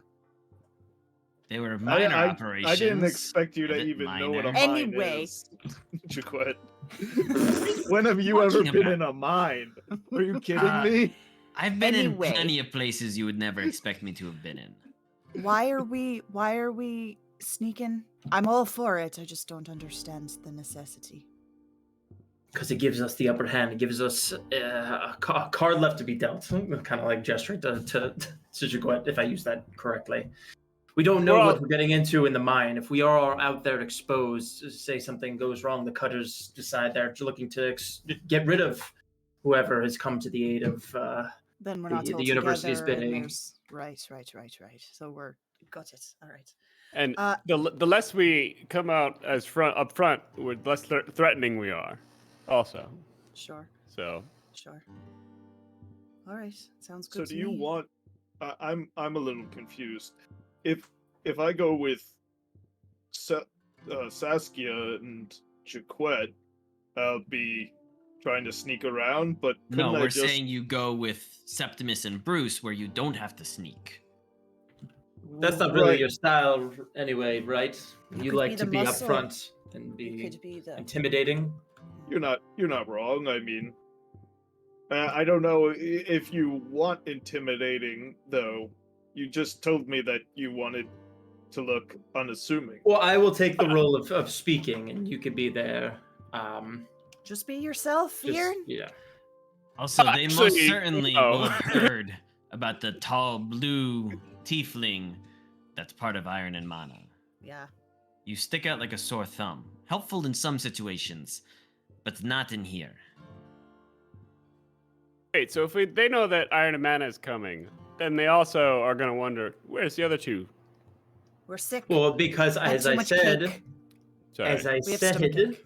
to Fiora. yeah, Fiora, Jesus Christ, thank you. As I had already sent to her, as a way of them accepting our parlay, that we would agree to come not at full strength to seem less intimidating. Right. You did say that. My Even though apologies. we secretly will be. Right. Should we have some sort of, like, do you guys have any way to get in contact with us in case there's any trouble or? Jaquet reaches behind and pulls out the horn of Nanu. Oh, right. I forgot about that thing. And Rem- he So one. and you all hear it, but no one else in the room reacts at all. Cool. Oh. That's very cool. That is quite the Ah. noise. You're Oh, not for some planning on reason I thought it was one incorporating person. that. That will be So- effective. So, like, 1 toot, you're in trouble and you need us to find you. 2 toots, you're in position. 3 toots, run away. Sure. That works. Right. All right. I need to write that down. Wait. No, it's okay. No, it's not. 1 toot. What did you say, Fyrn? 2. 1 toot, come find us. We're in trouble. 2 toots, we're in position. Everything's fine. 3 toots, Is run. run away. Got it.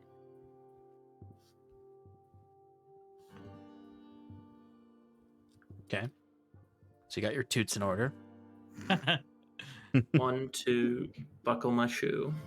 You Oh, have your nice. 2 stealthers who are going to sneak in through Dougal's entrance, and then the 3 of you will accompany the runner to Dougal. parlay. Do. Aye. So if Dougal's just walking in there with the bag, you know, he probably He's doesn't not- have to travel that far. He's not. I don't know how Dougal gets in and out. That's part of what we're gonna learn, right? I fucking hope there's a mine car.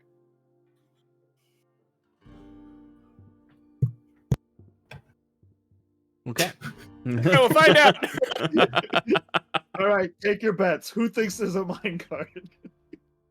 I mean, based on the size of the operation, yeah, there's probably mine carts. But I'm just saying, don't expect it. You know. Yeah, you're right. You're right. You have to be such a party pooper, Jaquet, on my birthday. Not your birthday, and I'm Yeah, not a on party. your How pooper. do If you? anything, You don't fucking know that it could be. It I will could take be. the 1 in 365 chance that it is. You're on. If when I get when I figure out what my actual birthday is, and you're gonna be very sorry that it's actually today, the 6th of Inarum. I gotta write that down. Inarum. Well, okay, your backwards calendar, whatever.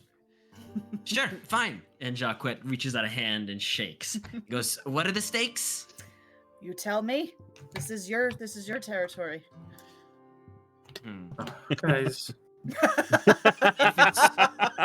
Your birthday. Every year moving forward, no matter what our professional relationship or personal relationship is, I will bequeath upon you the most majestic gift I can give. I like the sound of that. If I inevitably win, because the odds are in my favor, and I swear to the almighty Ilivania that if you forge your backstory to artificially make me lose this, I don't know my birthday. It's really just Go on, almighty go on. Ilivania, if you artificially divine the birthday is on this day. Artificially uh, divine. I don't know. Fuck off. So if you win, I give you a magnificent gift. If I win, Mm-hmm. What do you want, Jaquet? What do I have that I can offer you? What do if you I want? win, you just leave me the fuck alone. You don't call me out at every time you deem that I am unethical or shallow or whatever the words you use.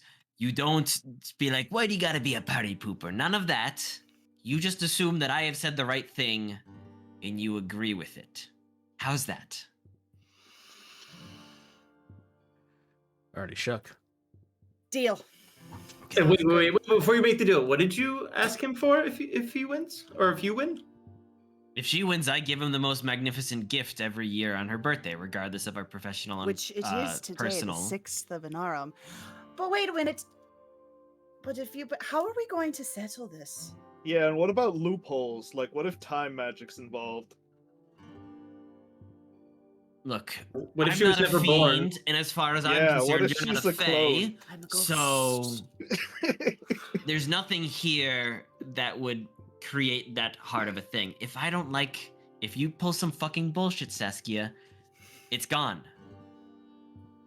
Unless you can prove to me with documentation, I assume wherever you were born would have some kind of certificate program. We did in Domizarum. But that's more of a pedigree type thing, I think.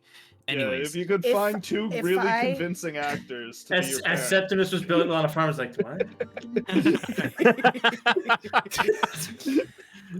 Jaquet, I do hereby proclaim that if okay, I no, you don't. It doesn't no. need to be this. You know what? Why don't you tack on not interrupting me if I win as well?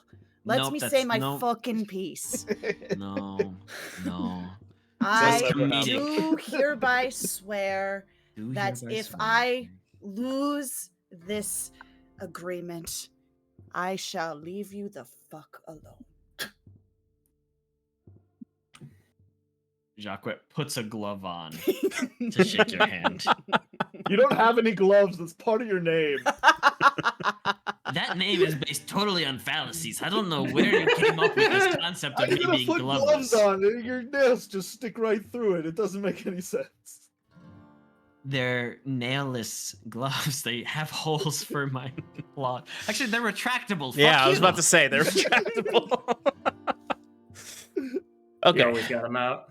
so as you finish the night with this showy agreement, you can find a place to stay.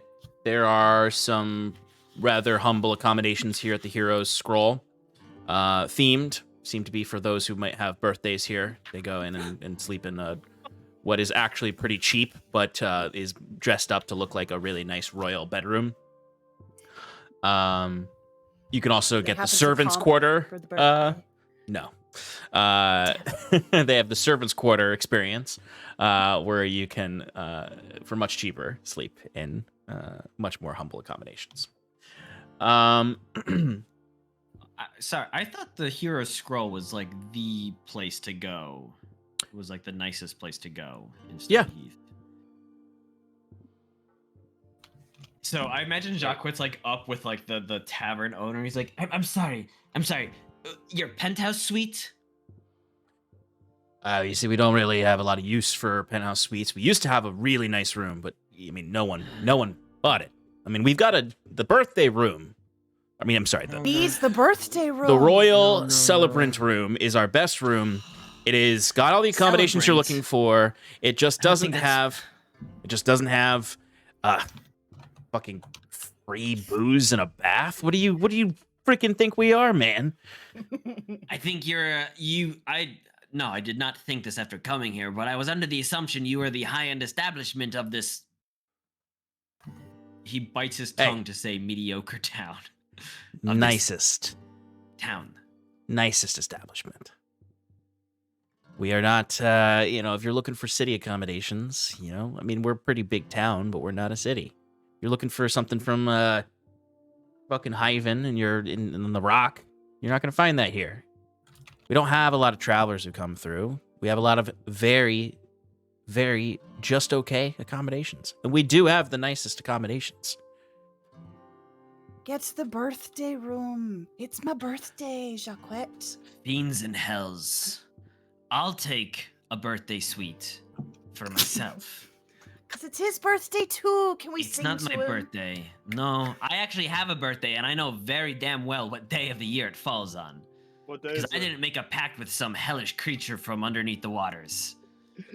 Okay, so one royal celebrant suite. And then we have our standard rooms that are pretty much what you'd expect. Or you can get the servants' quarter experience for cheap. Oh, How cheap? It's 1 copper. I'll It's take basic. that. It's basically a big room with a bunch of bunk beds. It's a the hostel. servants' I'll take quarter that. experience. Yep. And all right. So yeah, you can find accommodations there. If you get the standard one, if you get the servant's quarter one, it's 1 copper. If you get the standard one, it's 5 copper. If you get the celebrant, it is 1 silver. Sean, how late is it? It's not late. It's you were here for dinner and a performance, so it's probably like 9:30. How long would it take me to walk back to the ship? Quite a while just to get back down there with the lift and everything. I mean, it's not going to take you hours and hours, but it'll take you a little while. You said there was a long path that didn't use the lift. There is. If I were to use it as exercise, would I be able to like run down there, go to sleep, wake up in the morning early, run back up? Oh yeah, I mean, when I mean a while, I mean it's going to take you like, half hour, 45 minutes to go the whole way. Hold on. When are you leaving? Right now. We're in the tavern together and you're just about to walk out. Yeah, I mean, I would tell you guys. I wouldn't just sprint off, but we're talking to the innkeeper, so I don't know. I think we got free lodging down in the docks. I wouldn't mind taking a walk back down there. Maybe a run. Fyrn, I would normally agree with you. Let him do what he wants. If he is exhausted again tomorrow and has disadvantage on his rolls, that's his problem. I'm 1 more- copper. I mean, can't beat it. I'm more concerned with him just wandering off with that damn mask that he has.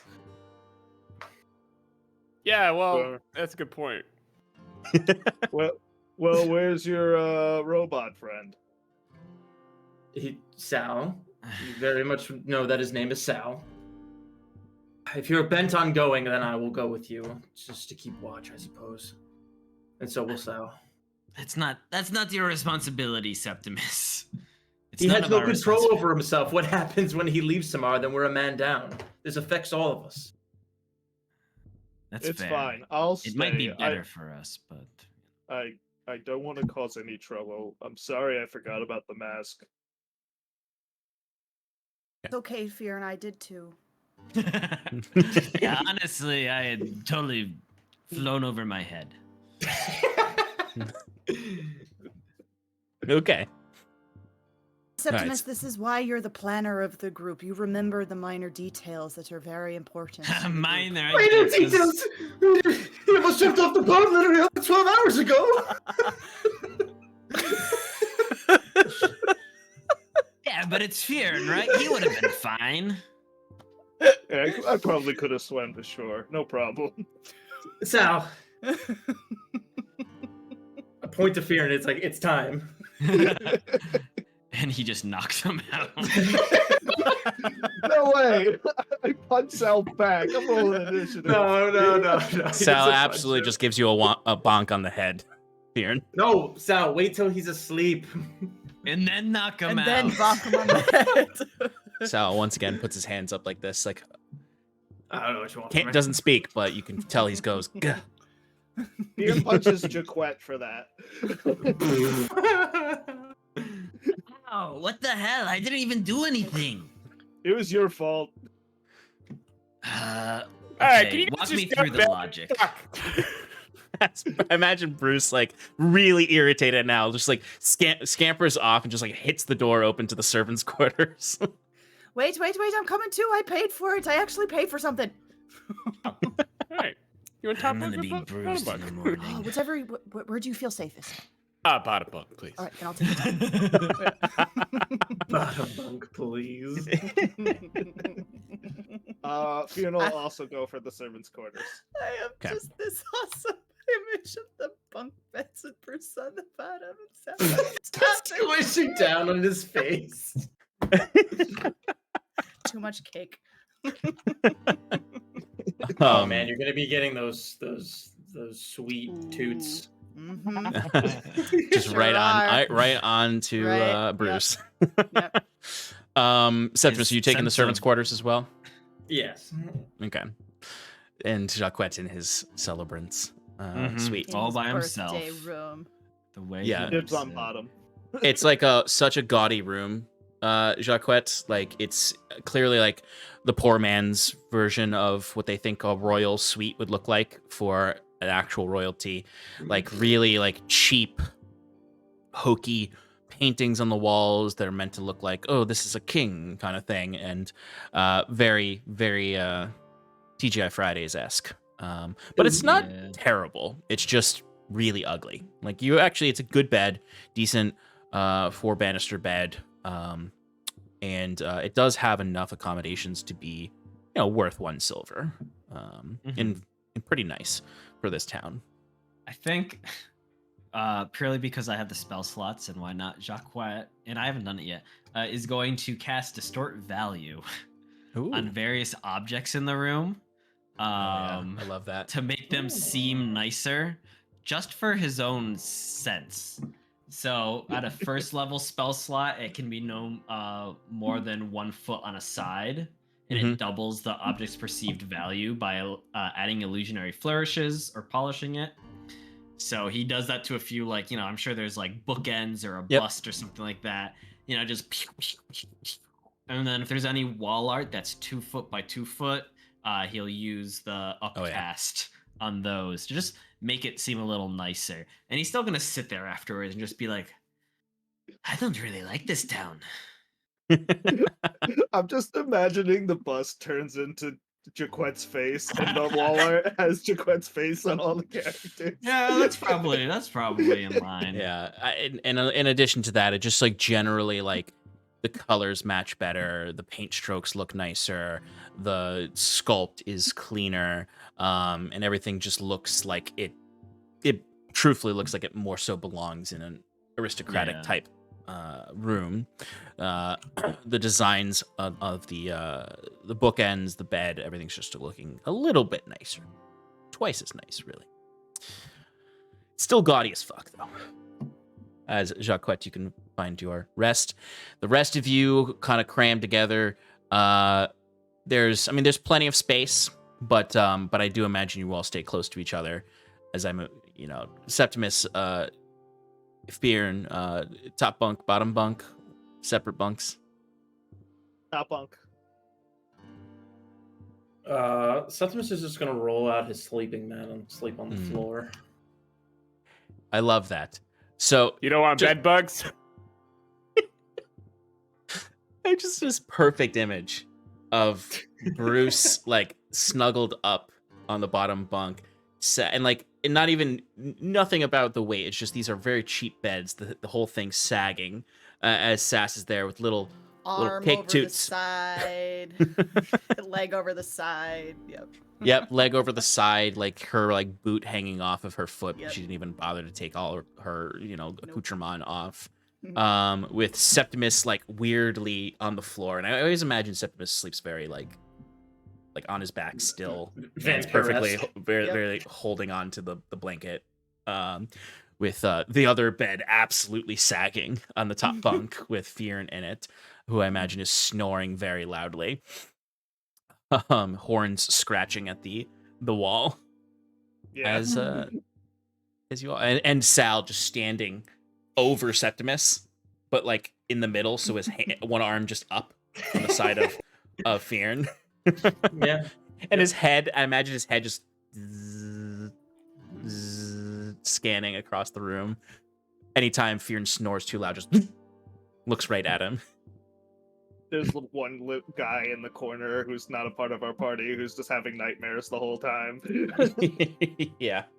If any of you wake up in the middle of the night, you would just see at the end of the hall of the servants' quarters is just Quibble at the window, smoking a cigarette. Yeah. Like he still has the jester onesie on, except he's rolled the top off, and it's just like at his waist, like hanging there. Yeah. As he's just got this like bare chest, very hairy, got a tattoo on the shoulder. I love Mom. Yep. Yeah, and he's just like, another day of Quibble. Spits out the window, closes it, and goes and lays in his bunk. As you can all wake up the next day to get ready for your heist of sorts, or your parlay. Is there anything you want to do during the day? I would say it's around noon that you would get a message from Fiora that does say that they have agreed to meet with you and to send back when you would be available to meet. I think Jaquet would spend the morning with his unseen servant, modifying the aesthetic of his cloak of elvenkind.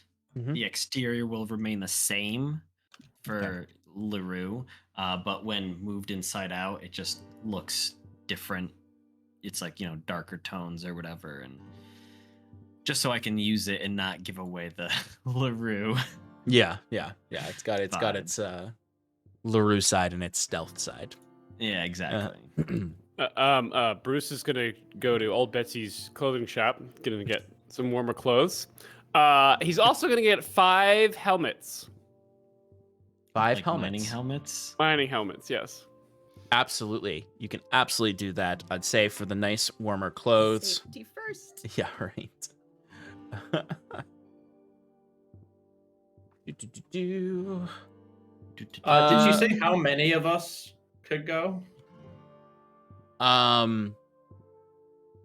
Yes. I mean, it would say they said that they would accept the 3 that you proposed. Okay, because didn't take account sounds as any of this. You could always bring Sal and just see what happens, And then have I say, or have him Fyrn stay go with him. behind. Or just have Fyrn go. Yeah. Fyrn, do you think you can sneak? For you, I can sneak. I just have to take my armor off. Bruce, the nicer clothes, the nicer warm clothes is just 2 silver, and then the miners' helmets you can get for 3 copper each. They've got a Sweet. bit of a surplus of them right now. All right. Yeah. I could also, like if I'm carrying stuff, maybe we can like not sneak, but like I could help unpack stuff, like just be a workhorse and like waste time that way. Like not necessarily sneak in, but like I don't know. Nobody's working the mines though. No, I mean like the supplies, the food, like help bring the food in with Dougal. Maybe he needs extra hands. I don't know how long I would stay there though. Anyway, Saskia can always Here- cast Here's a invisibility on lollipop. you. Go sneak. yeah, whatever. I'm okay either way, honestly. What is Fyrn. the So I would say around noon you would get the notification that they are allowing 3 of you to enter into the mines to parlay. I imagine this is when Jaquet presents himself as looking more presentable, or maybe less presentable. And Bruce, you can come back with the stack of helmets and your winter clothes. What kind of winter Hey, clothes guys. does Bruce get? I imagine, I don't know. They're like, Snowsuit. Like a alligator puffy skin? snowsuit. for all the alligators here in the mines.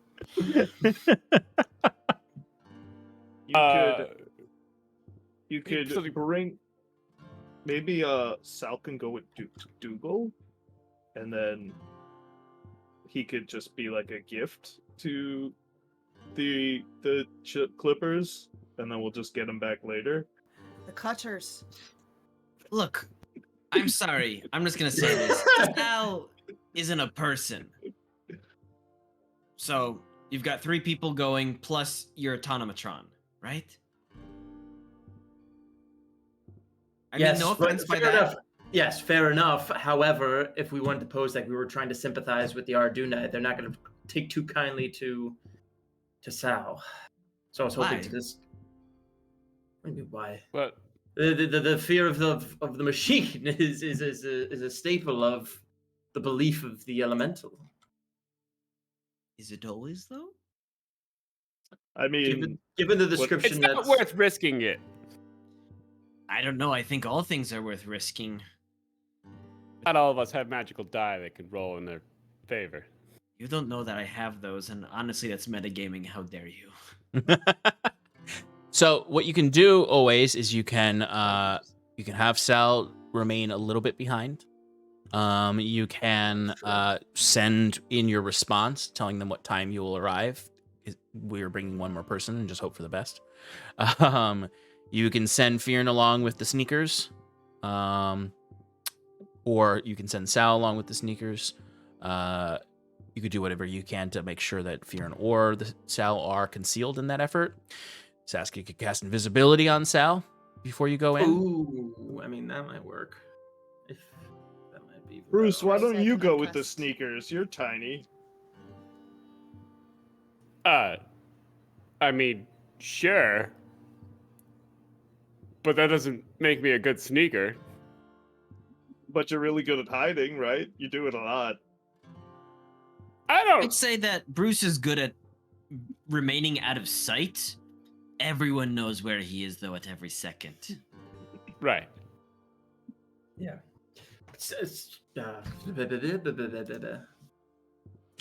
do you think you can cast invisibility on Sal and have him course. follow you? Might help out a little bit.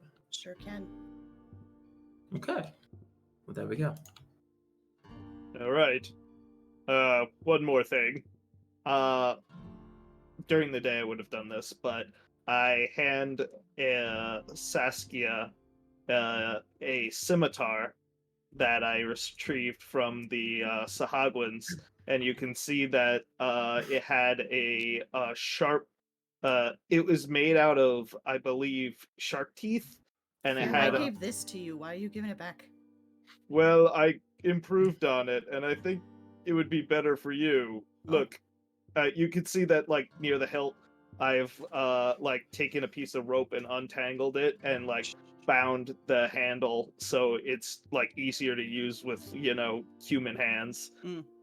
And just say it has some magical properties, but it's a little short for my tastes.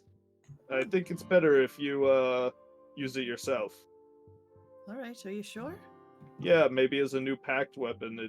It has some pretty cool features, and I tell her all about its ability to summon spectral sharks. Yeah, so Sess, I think I'll send you the details for the weapon. It Okay. does require attunement. Okay. And it will give you +1. It's a +1 scimitar.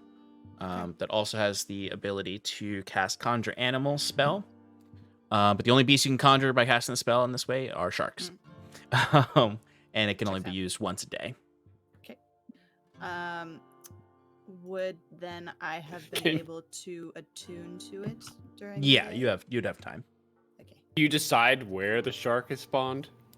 Yes, and like I said, it is a spectral shark, so it can be cast outside of water. Oh, okay. So, Yeah. I was thinking like, you just have a shark, you spawn above somebody, it just falls on them. Yeah, I mean, I guess it could be like you choose whether it's a spectral shark or a real shark. Jesus Christ. That's the cow argument. Have you ever seen the cow argument with conjure animals, where it's like you conjure, or the original spell summon animals or whatever, just summon 20 cows above the enemy and have them all drop on them, and they take like 100 D10 damage. Yeah, that makes sense. That makes sense to me. Yeah. See anything wrong with that at all? It's like the gold cheese in Baldur's Gate. Classic peasant railgun scenario. Okay. Thank you, Fyrn. And Sass, you can also make that your pact weapon. Fuse it with your pact weapon so that you get all the pact weapon bonuses too, and can make it disappear and appear as you wish. Excellent. And take your safety helmets. Oh, thank I'm you, not Bruce. taking that. It won't fit on my head. Where are the horn holes? You're muted. Muted yourself. Bruce just takes Fyrn's helmet and then just takes his tool out, jabs 2 holes in it. There you go. I delicately put it on, sliding it over my horns. They do have a space on the top to attach a candle if you so wish. Aw. Okay. So, any other preparations before you await the time that you give them? No. Okay. I think so. Great. All right. So, you would hear back from Marion to meet her in the at the mine entrance. At the time that you wish to meet with the group.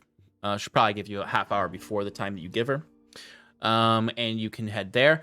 Those of you who are sneaking in can head over to meet Dougal at the Rat's Cup. Sounds good. Alrighty. So when you get to the Rat's Cup, you see Anders is there again, and he kind of looks at you all and says, "Hey, looking for an experience again?" Or Unfortunately, today we are here on business, my friend. But next time, for sure, I'll get an experience that won't be spilled. Sorry. Oh, It was yeah. delicious. One sip Great. I had was good, yeah. Well, if you need anything, let me know. And you see at the end of the bar, Dougal is there. He does have a big bag set aside, but he is at the end of his second experience. As he looks over and sees you all, goes,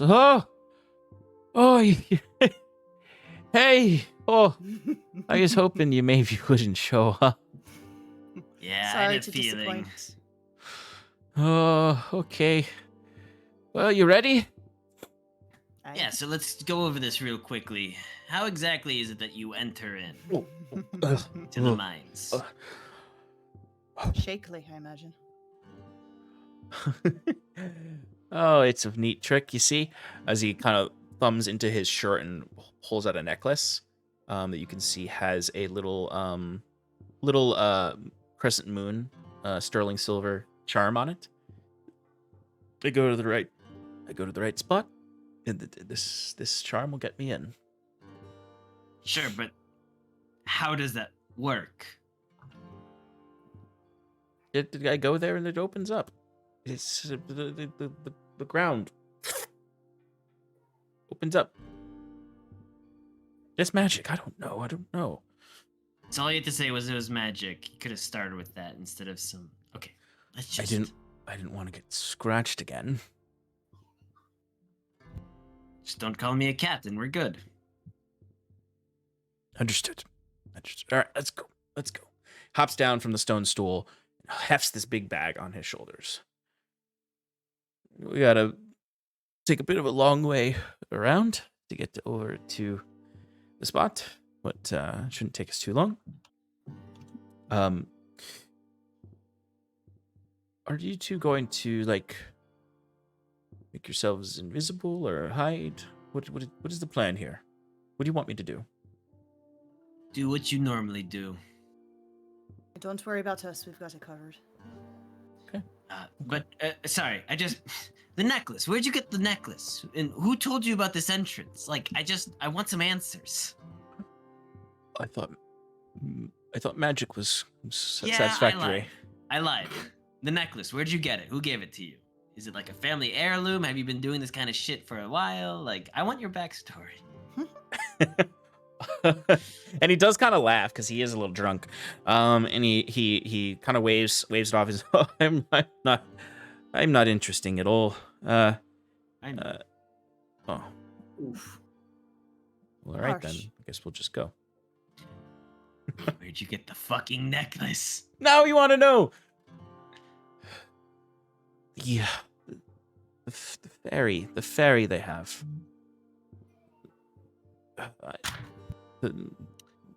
One of the sorcerers. Is a fairy? Yeah, She's that's got right. wit. That's She's right. got- They said there's the creepy lady, the two sorcerers, and the knight. But you never said anything about a fairy. Well, she's Fairies one are of the. magical. She's one of the sorcerers. Sorceresses. I thought it was. I think it's gender neutral, but. Yeah, So one of the she's- sorcerers gave you this amulet that lets you get through an unknown entrance otherwise. That's right. Okay, cool. I'm good. We can move. You sure? Yeah, that's all I needed.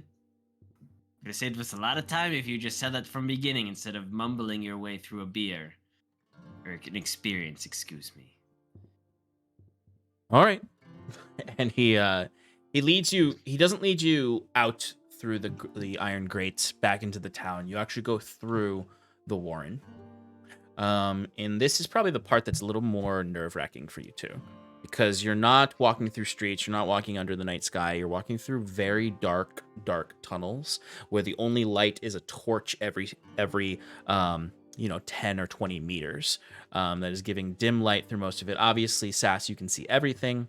Jaquet, you have dark vision, so it's not super frightening, but it is somewhat of a labyrinth underneath here. And every now and then you pass by like an opening that leads into a room where you can see some denizens have made a home there. Whether it is people who have laid out, travelers mats and set up little tents, or you see in some areas there's what appear to be criminals kind of gathered together. Some of them even maybe intimidating somebody who they have with them. There's one point where you walk past a space that he does sort of look back to you two and say, all right, we're passing a cutter alcove, so please just act cool and don't draw too much attention. They know I come through here, but you may want to be a bit more stealthy moving by.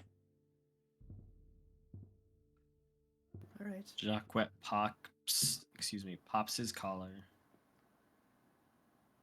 I'm going to say hello to them, distract them a little as you pass by, and I'll join you. All right.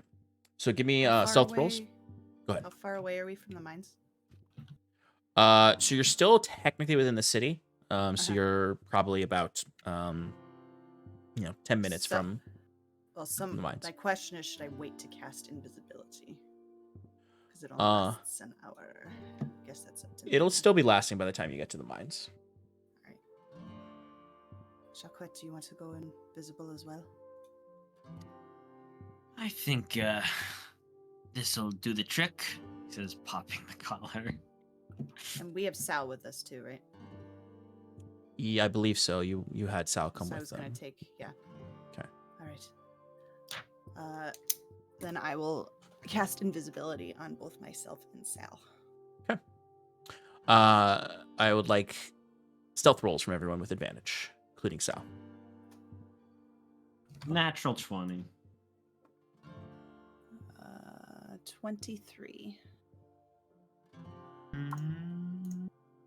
Mm. 12. 12. Okay. So you see he sort of like Are we with them? no. I would roll for Sal. Okay, it's Was that alright. with advantage? Oh, 'Cause he's with invisible. advantage. 'Cause he's I invisible, yeah. apologize. There we go. 19. There you go. So you see he sort of like gets to the point and he says he kind of steps into the opening to this alcove and kind of gives you from behind his back a little wave to go by. As he goes in, and you just hear him like, hey fellas, just going through for the delivery for today, for this week. Just saying hey. And then they see these guys in there. They're sharpening weapons. A few of them, they seem to be sort of more bruisers. The thing that stands out the most, without any kind of perception check, is that they do have. Dougal wasn't lying. There, in the back of the room, there seems to be this very makeshift pulley system with two large slabs of rock that have dried blood all over them. It does seem like they do actually prefer to do some rock smashing for punishments to people that they have some vengeance on.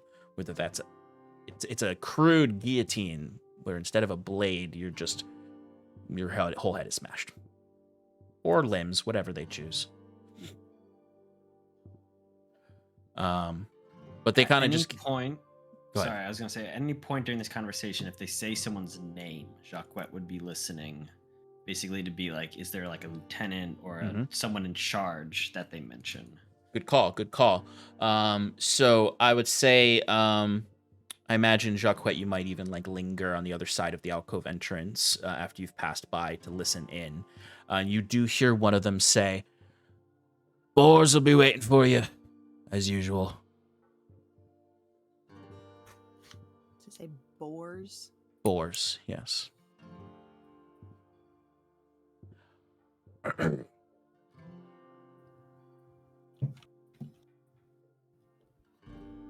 He's hoping you got him something good this time. No more of the hard bread.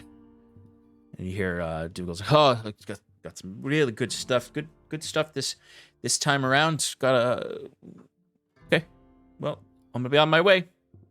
And they kind of just snicker at him and wave him off as he passes by and joins you again. Snicker, snicker, snicker.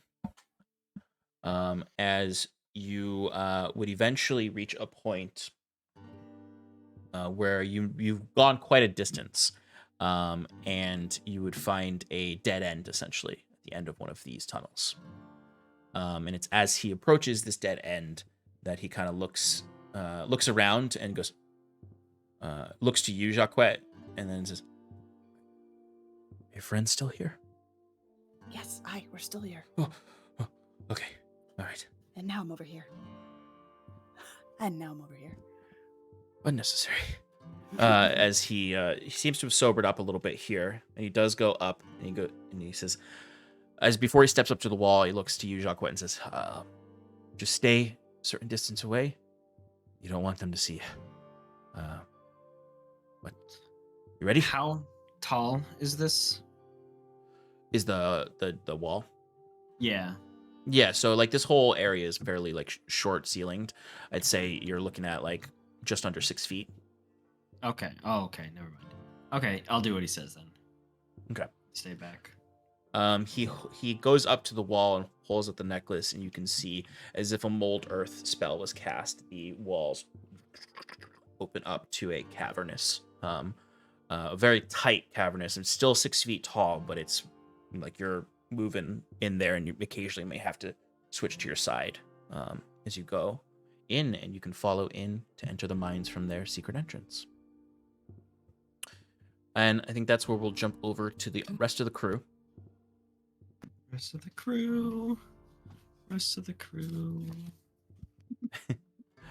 As the three of you meet with Marion by the mine entrance. And you can see, you go back up to the area where you met Irving, and there's sort of a central flattened courtyard area, and then you go a little bit further, and there's a sort of a wooden structure built up in sort of like a thin tower-like structure, and when you go in there, you can see a woman waiting for you, kind of sitting inside near what is clearly like a lift system that goes down into the mines. Okay. She looks and goes, "All right, Are you so the one that would be taking us in the mines? You're the ones Fiora sent? I believe that's true then. Oh. Hope you know what you're doing." Not really, but we'll figure it out. "Well, I'll get you down there, bypass any traps that they've set. Get you in front of them, and then it's all you." Thank All you. right, I'll lead the way. She kind of hops back. She's a younger human, probably, no older than 20. Definitely like dirty clothes, leather breeches, just a simple cotton shirt, no sleeves. She's got some grime on her. She's clearly someone who runs in and out of the mines, and who has some muscle to her, and was definitely someone who worked under the ground. But she gets over and she opens the door to the lift. It's a very simple structure with some metal wiring and wooden frame with a lever system. As she gets in and just holds the door open for you all to join in. As then you just hear, and you start to descend. And as you go down, you start to, look, and Bruce, you have a distorted vision of things because you're attached to the mine and the mine lift and not the actual shaft. So you kind of can only see this box for a little while with your tremor sense. The other two of you would notice like that you are entering into a very narrow, like 6x6 maybe, blocked a shaft. Every now and then it would like bump against the wall, and Bruce, you'd get almost this like burst of sight of the shaft itself before it goes down. And it's a while, and it starts to feel fairly claustrophobic as you're going down, as Marion just sort of lights a little lantern, and that's the only light in here, as up above slowly disappears. And it goes down probably like 60 feet before it reaches a point, and she opens the gate, and you can step out into the mine, and it is pitch black down there, save the only noise you're really hearing is that sort of like dull sound of air mingling underground, and the echoes of your footsteps as you start to walk through this, what in your perspective would be just a completely abandoned mine. You can see left materials.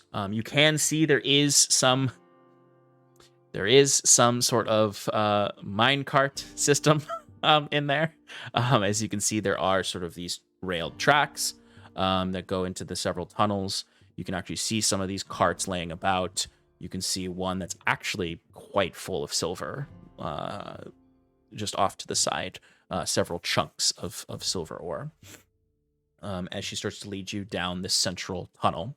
You can see on the left and right, you can see the light of her lantern sort of peering into these long tunnels that go deeper in, as they seem to be doing these tiered or parallel tunnels, slowly digging but leaving large columns of rock to support the weight of the rock above. You can see there are several other shafts that you can kind of look up when you go across that seem to have maybe been operational before but aren't right now, or maybe have secondary or tertiary lifts for bringing the rock up. But eventually you would get to a point when you'd start to hear the sounds of others. You're probably walking for maybe 10 or 15 minutes, maybe even 20 minutes. It's hard to tell under here, before you would start to hear the chattering. And it's just whispers. Like, you truly, like, no matter what their mission is, it does sound daunting to be staying down here for months like these people have. They may not be as put together as you think once you meet them, based on the conditions. As you would start to see down at the end of the shaft some torchlight from where you presume these people are. Occasionally, Marion is like, don't step there, don't step there, don't step there. Bruce, you're eyeing all of these things before she even says them. Like, might even before she says something, like, definitely don't step there. As you can see where there are tripwires, there are hidden pits, several really makeshift traps. From the eyes of someone who thinks of it more of an art, these are real shoddy work. Some of them are pretty clever, but fairly shoddy. Sean, as we're descending down the mine, not seeing anything, could I like roll for like taking a mental note of like how many steps you take, make a left, how many mental steps right? Yeah, absolutely. I would say you can give me you could do an insight check, or you can do you could do a survival check also, or I'd say even maybe a perception check. I'll do survival. What the hell? Dirty 20. Dirty 20, okay. So as you're stepping, like, I imagine it's almost like Bruce occasionally needs to like grab your leg and pull you, as you're like focusing more on keeping track of your environment over listening. As you would be like, okay, we walked about 100 paces this way, took a left, and then took a right, went down this tunnel, third tunnel on the left. Whatever it is, you're keeping track of everything and creating a mental map of this area, so you could get out on your own. You did get a map. Well, it's more because I can't see anything, and I'm trying to just get my bearings. Yeah, you're keeping track of things so you'd have a quick way out, as opposed to having to open up the map and figure out where you are exactly. And the map really just marks where the Aradunai are holding everything up and where the artifact is. So it would take a little while to escape using the map. But anyway, Eventually, though, you reach a tunnel where you can tell that there's torchlight at the end of it. She looks back to you all and says, all right, you're going to wait at the end of this tunnel, and I'll go in and get those who want to speak with you. Try to avoid eye contact with the cutters. They don't really... They're little... It's been hard on them to be down here for so long.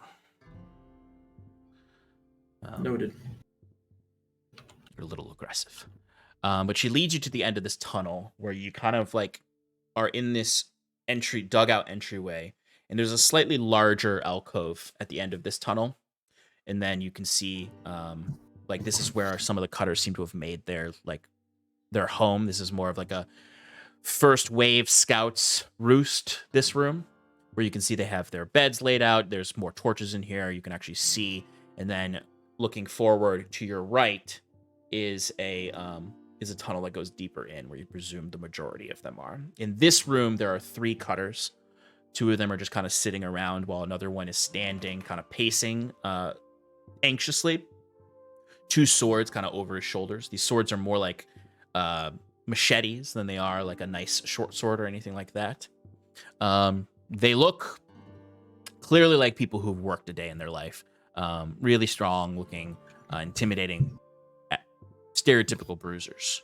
As she just looks to you and kind of gives you a finger, and then she heads forward through the next chamber. As the 3 of you are kind of sat here with these 3 cutters who are staring back at you. One of them kind of looks and goes, "Are you the adventurers?" More or less. Bruce just messages Septimus, "Don't say anything. Just keep walking."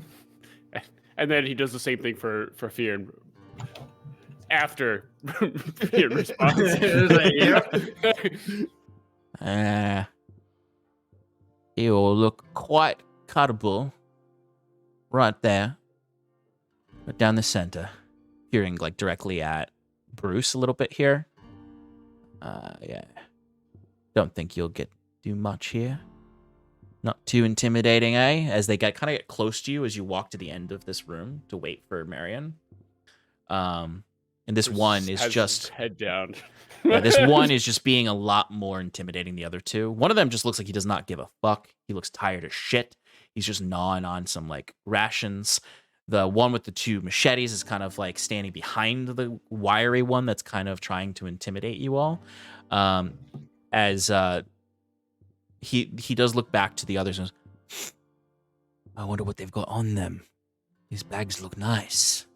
As he doesn't reach for your bags, but does kind of like has a knife in one hand, and he's just like holding it in reverse position. He's just sort of poking you, Bruce, and then kind of turning around and looking up at Septimus and kind of poking you a little bit. Just generally being an all-around intimidating presence, and like this close to like reaching into your pockets. If he actually like physically touches one of us, Fyrn's gonna go and try and grab his hand. So he 100% is poking them. Like he is physically poking them. Yeah, if he does that, I grab his wrist and just like hold it tightly, like with a firm grip, and like flip the mask on. And not say anything, just like look in his direction. Yeah. So you see, I'm not even going to ask you to roll because I rolled low for him on any kind of grapple check or anything. You grab his wrist. It's the sort of thing that, like, if he pulls away, I'll let it go. Yeah. This is not a like full grapple. This is more of a revert. Right. You're dealing it right back to him. And I actually guess I will ask you to give me an intimidation check just to see how much this gets to him. With the mask, I believe I get some sort of bonus action to get advantage on an intimidation. Mm-hmm.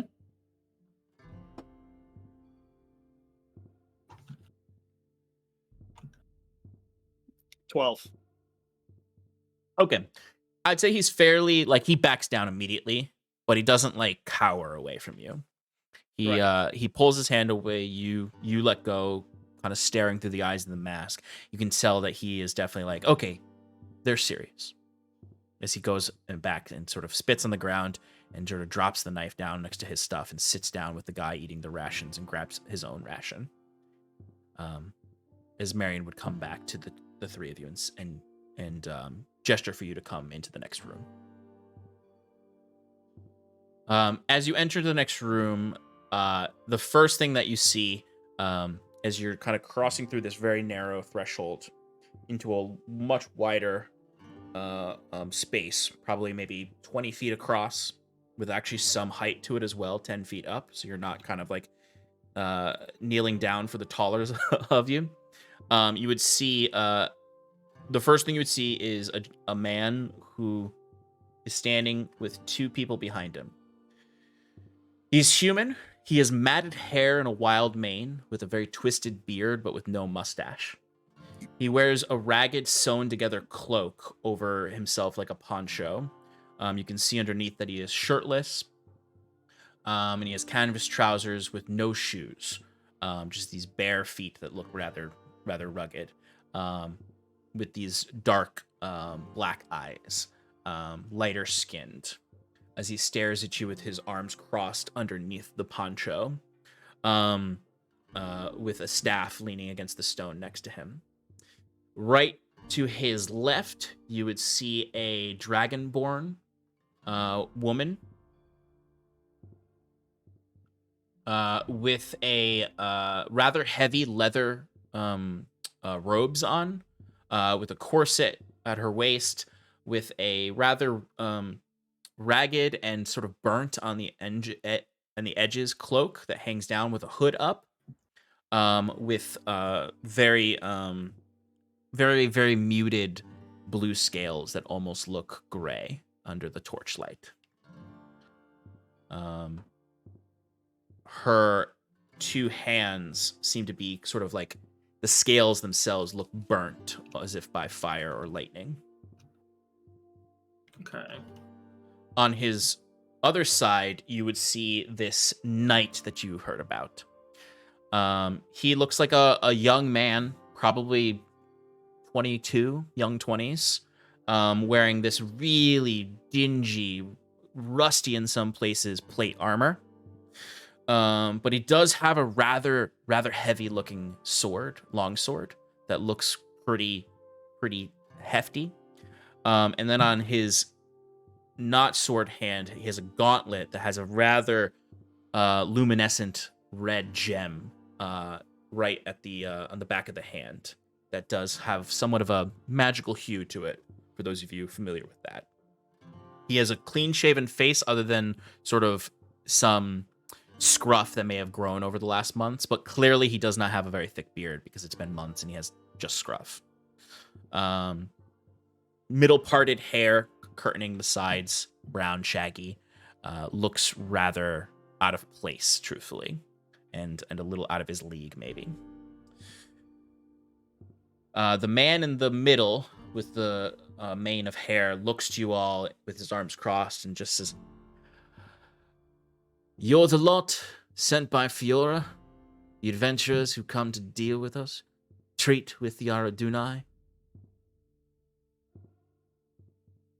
We are. I take it you're Altair. The one and only leader of this pack. Well, let's not waste any time. We see that you guys have been down here for quite a while, and I'm sure you'd love to get this resolved. May we see the artifact?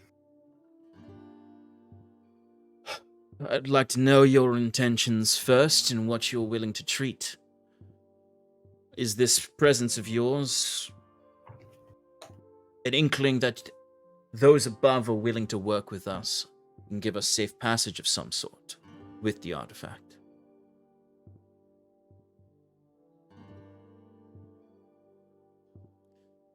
You come with the name of Fiora, but not necessarily your claims. I understand.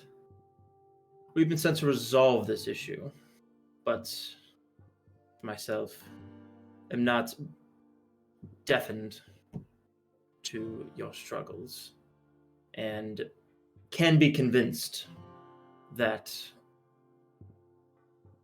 whatever has been found be given to the right people. You see, as you're saying, like, whatever has been found, you can see, like, the knight is definitely, like, the most anxious one of the three. And actually, can you give me, any of you can give me an insight check?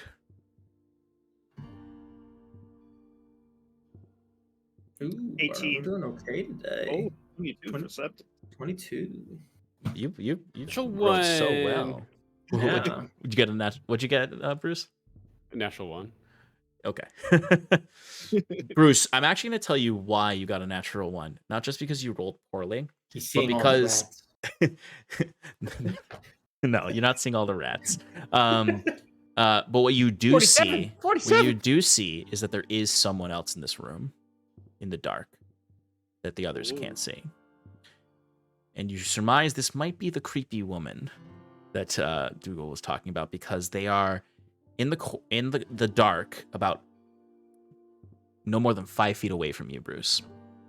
And they are just sitting, and they have significant, like, just like the most ragged leather armor covering their entire body. Their arms kind of resting on their knees as they sit there. 2 jagged blades on the ground that look like sort of maybe they're long daggers. But the thing that's most creepy about her is that she is wearing a helmet or a mask of sorts that is made of pieced together leather that's been sewn together, skins, not really leather, but animal hide skins that still have the fur on them, with some wires creating a face on the mask, and big sort of big eyes on the front of the mask that have sort of like loose glass that has been pieced together there. All of this amalgam together to create a freakish, smiling rabbit head, all together with ears that come up off the head. As there's just sort of this faint breathing you can hear from her through the mask as that bunny is smiling at you. Well, I could tell if she's smiling, actually smiling, or... True, you can if actually it's see just what her rest- face looks like. She's not smiling. Okay, I didn't think so. but that's even more scary. Well, Yeah. I don't know if it's more scary. But yeah, Bruce is probably not even focused on the She's conversation. really kind of like just dead-eyed staring at you, like the face underneath the smiling rabbit. Bruce is gonna do like a once-over, like... Even though he could see her just fine, just like trying to not... And it's like as you're looking like nervously over is when you just see like the bunny mask slowly tilts to the side looking at you. This is probably just gonna go a little bit closer to Fyrn and just like, just get like really close to him. All right. As Fyrn and Septimus, you would notice at the mention of the artifact and the time spent down here, you could just see the knight just sort of like twitch a little bit. And you think back to like what Dougal said about the artifact having this oppressive effect on those down here. And in this moment, you could really see how ragged their faces are. And how they have not been sleeping, bags under their eyes. They're looking a little gaunt, despite the fact that Dougal has been bringing them food. They're most likely still malnourished in some way after a couple months down here. As Altair looks to you and says, in response, I suppose we can bring you in for a moment, based on your good faith with Fiora.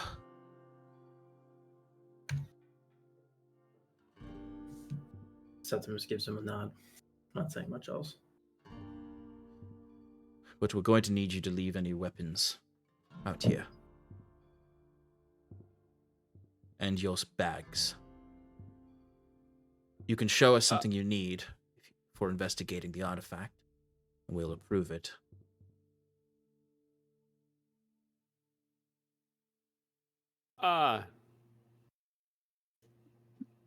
How do we... You You're- must understand, we can't just trust you to walk in with weaponry like this if you were sent here to deal with us. We respect that you're treating with us now, but we don't know your true motives until we've seen them, and we will do every precaution we have. And you can see a little bit of nervousness in his voice as he talks longer. We need to protect ourselves.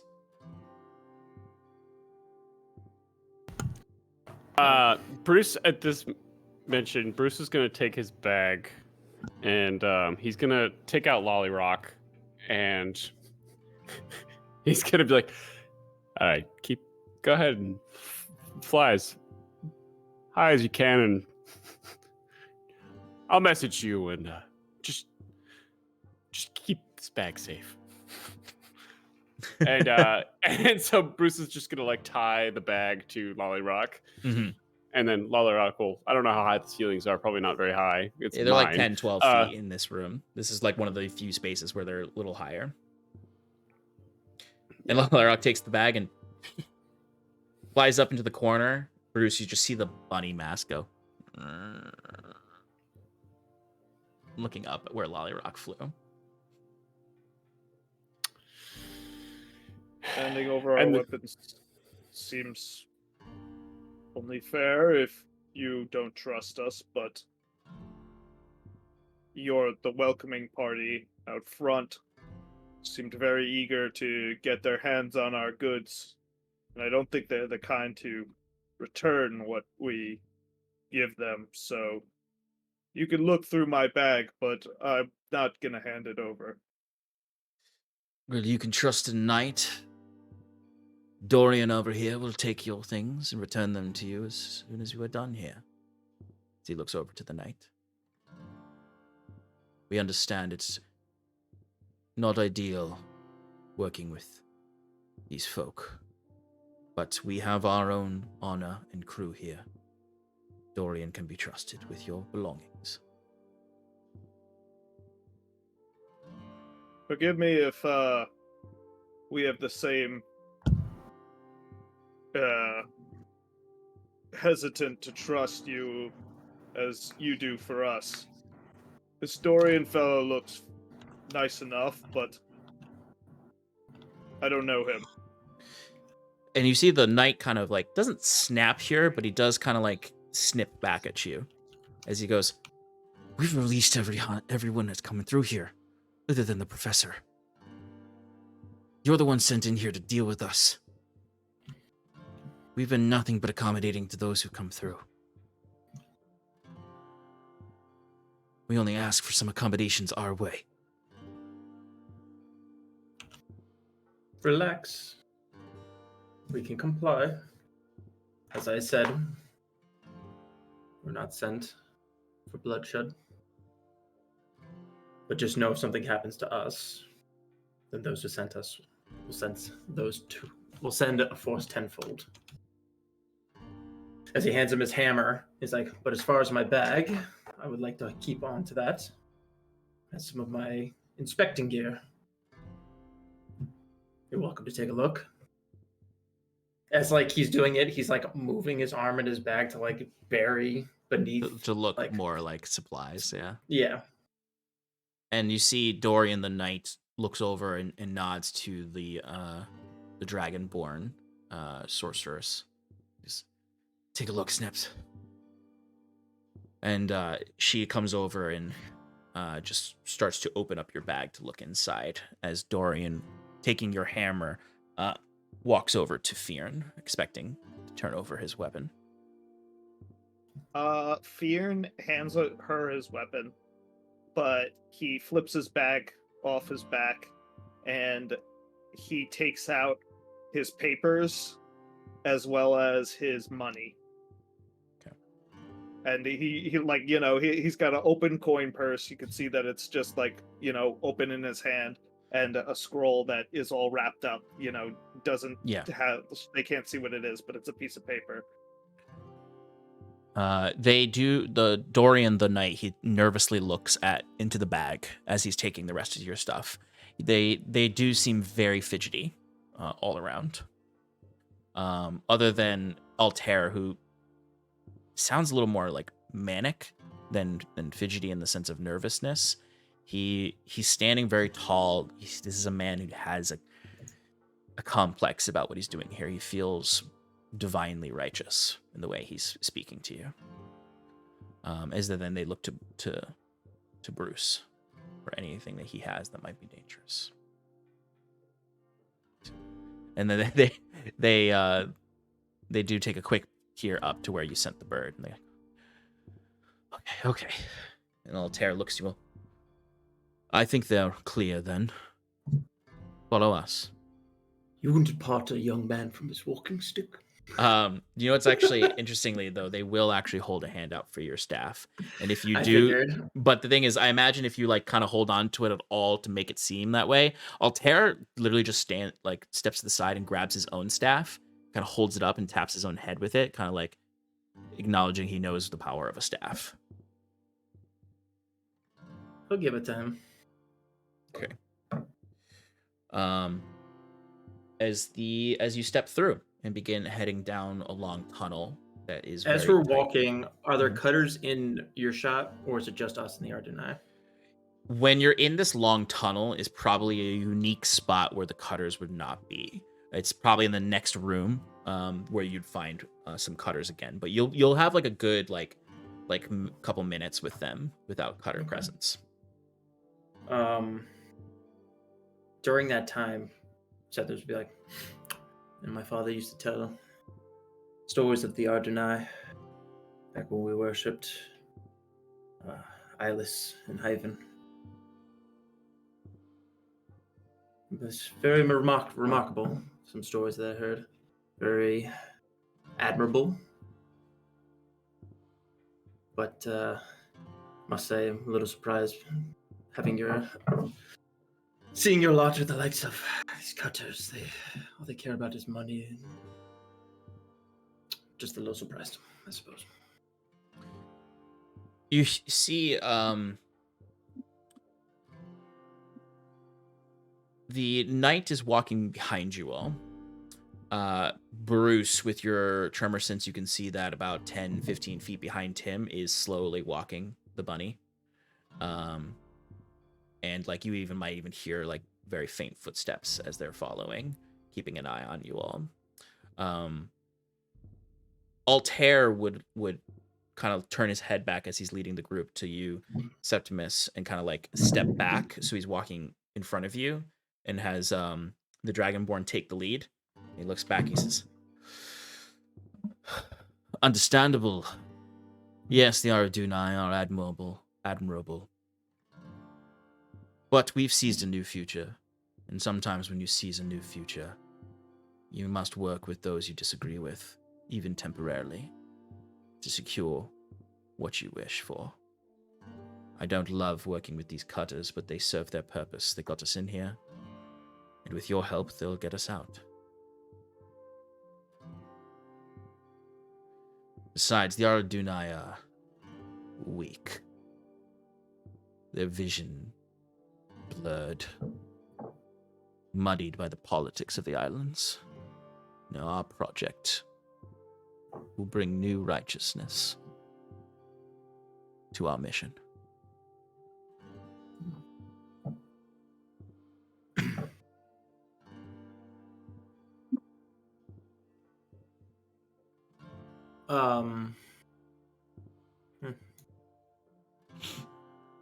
Seth was just kind of nod to it, not having anything else to say. And without anything else to say, Altair, for lack of a better way to put it, kind of took the bait and is now just talking as you're walking through this hall. He's just like, your father must have been a wise man to revere the Aradunai and tell great stories of their deeds. Is he with us anymore? No. He was taken by the storm. Ah. Shame to be seized by such a powerful force. Perhaps somewhere his soul is looking upon us, and he can still see the bright future that our project brings. Such storms would not rip through our homes if we respected the spirits, as I'm sure your father did. but your neighbors, those in Hyven, Solonel, Halcyon,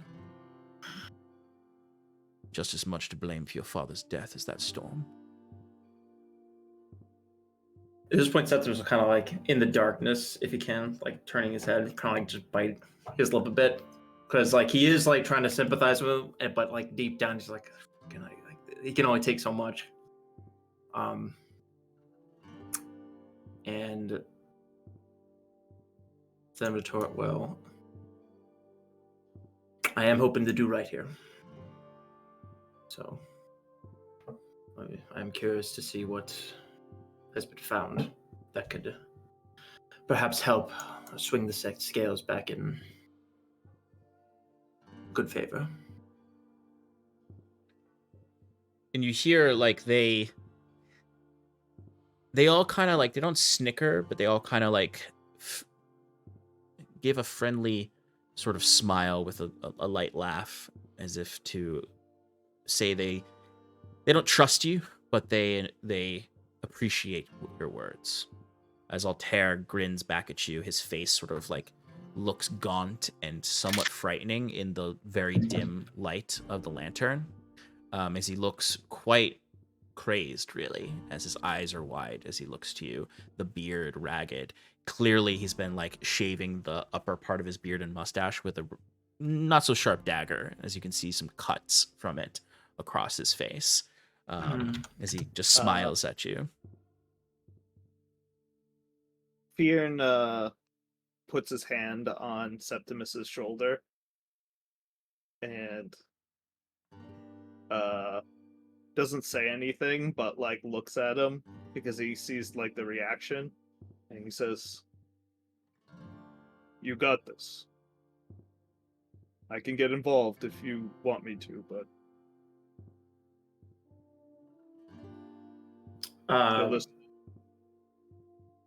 what were you gonna say? I just said they're listening." Yeah. So there's just kind of just like nods. Be like, we'll wait till we see the artifact. Right into this next room. And then beyond. Altair says, kind of like looking into the distance. The knight kind of gets close to you in the back, kind of like keeping you tightly held together. As you can see torchlight in the next room, and you can see this opens up into a what's clearly like a bit more of a dugout area that has some loose mine tracks that were starting to be built but were never finished, and where they started to really dig out the space. There's veins of silver all across the walls here, and you can see there are probably 5 or 6 cutters all sitting around in here. These ones clearly a little bit more relaxed, not really on a post, so to speak. You can see there's a good chunk of 4 of them seated around a very small fire that is waning. One of them looks particularly more in charge. He has a shaved head, again, cuts from shaving it over the last 4 months. Better armor than the rest. A little bit jowly in the face. But someone who clearly before entering these mines probably enjoyed a rich meal, but has kind of like started to slim down while in here, and look a little sallow. One eye whited out like Fyrn's kind of. As he's just sort of looking up now and seeing you all. As you might surmise, this could be sort of some form of leader amongst the cutters. As Altair would look to you and say, he would point to the other side of the room opposite the cutters, where there's another small fire that's kind of going out. Says, you can wait here, and we'll get the room ready for you. Ready? We have to check with our doctor, our professor. Well, then I take it that she's all right. Of course. She's currently working on the artifact. You see, we'd like to extract it, but we also need to learn how to open it.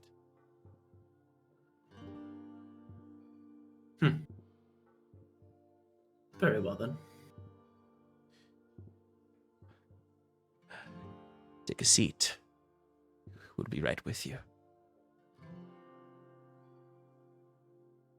And as you take a seat, they move on into the next room, where you can see it kind of bends into two paths around a central pillar of rock that has been dug out. You can see torchlight from the other side of this pillar of rock.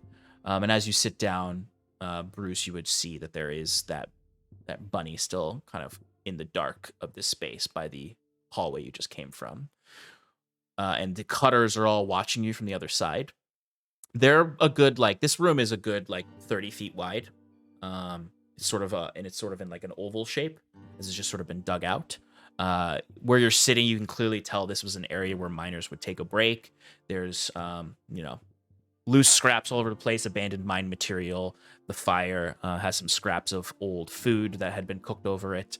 You have not full privacy, but a moment where you're not necessarily being listened to.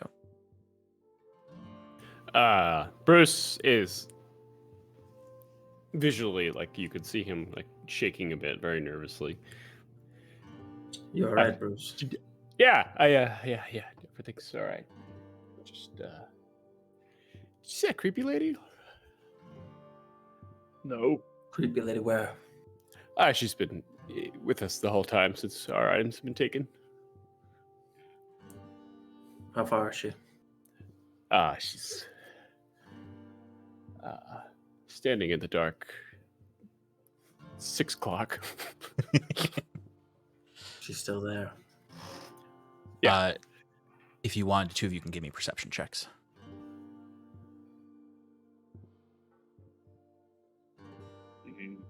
Hmm. 11. Nat So, 20. For a total of 22. 22. Okay. Septimus, this might be scarier, but you see nothing. It's just pitch darkness. And there's just what you can only imagine. Fyrn, you don't see her fully, but there's just a brief moment in the dark where you can see, and probably because of your dark vision, you can see a little bit more than Septimus could. You just see the weird outline of her and that faint, bunny-shaped head that is way too big for the female body that it's on. She is holding the sheathed daggers at her waist. But it's hard to make it out, and she almost disappears as soon as you see her. What's the general plan if we get in there, and when we get in there? Well, it seems like they're serious enough about having us take a look. Try my best to earn some sort of favor with them. But for now, we need to see also what we're dealing with. It'd also be good to know where our companions are. He's not looking around himself. He's who knows if they're close by or not. If they've discovered something else. You're doing well, but it seems that, to me, they're very jittery. If you wish to, it might be easier to point their suspicions towards the cutters than try and curry favor for ourselves. Enemy of our enemy is our friend sort of deal. If you could somehow convince them that the cutters aren't going to let them escape the way they want to, they have their own agenda, we might, get out of here alive together. There's a way to... I'm thinking. I'm trying to say the right things. Wonder if there's a way... what sort of ideas on what the cutters feel towards the Aradunai. Because they've got to be tired of being in here as well. Septimus looks up, and there are some cutters in the distance, right? Yes, there are 6 in here. There are 4 sitting across the room from you, and then 2 who are kind of sort of walking pacing around anxiously around them. So you've counted 9 cutters so far. There were 3 up at the front, and there are 6 in this room.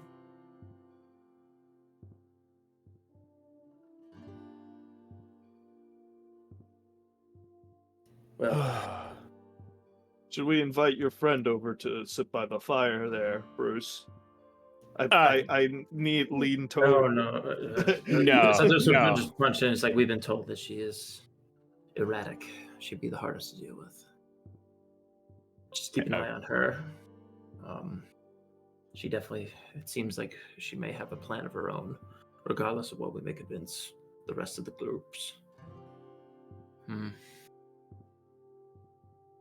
Septimus is kind of like thinking and like pondering for a second of like maybe what he can do. While you're pondering, Yes, thank you. because I didn't notice that our other crew is completely here. We'll swap over to the other crew, and I'll say, just to give you kind of reference for the timing of the 2 groups, as you are pondering in there, you would hear a cutter from the next chamber shouting out, "Boars! Delivery!" And so we'll cut back to the other group. You all have been wandering down this tunnel that, upon inspection, kind of looking at it, if either of you want to kind of give me any kind of perception check, investigation check, or any other kind of check to determine if this is a tunnel that's always existed or if it's been created by the Aradunai. I'll do perception. Yeah. Woo! Natural 20 for a 24. Thank you. Your ability to Good roll stuff. dice Thank you. really shines right now. Jacquet, did you roll? I got an 11 on perception. Okay. Sass, these tunnels are clearly, and perhaps this is a little bit of your magical backgrounds, like these have been created magically. Like they have dug out these tunnels secretly. But you would reach sort of the base, like you can feel yourself declining slowly until you reach a point when you are probably level with the mine, as you can see some torchlight in the distance. And some, oddly enough, stairs that go down to an opening in the cavern. You're at the top of these stairs in sort of a small alcove that's about What are you 20 by looking at, 10. I'm not looking at any. Sean?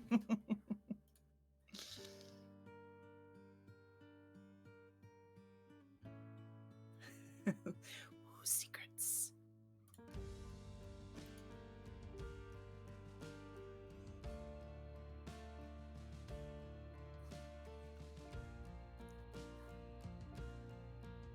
As Dougal is at the top of the stairs, and he looks to you, Jaquet, who's still visible, and says, "All right, I'm gonna head down there. It's just beyond that doorway is the main chamber. To the left, once you enter in, is where the artifact is. To the right goes deeper in where more of them are." How long before you're gone? I just need to drop the stuff off. They'll inspect it, take it, and I can be right the fuck out of here in 10 minutes, as long as they take a look at it right away. All right, don't sweat it too much. As far as they know, you don't know us and we don't know you. Of course, I've never seen you in my life. Coming up behind him, kind of on purpose. Where do you think we should, and mostly talking to Jaquet here, but spooky factor for Dougal. Should we try and get into the artifact room? Where do you think we should hide?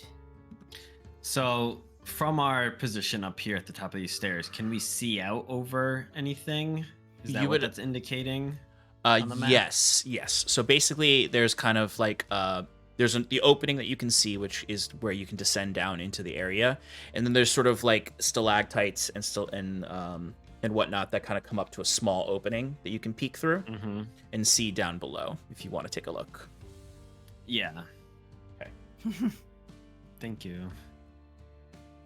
Oh, I see. He was covering it.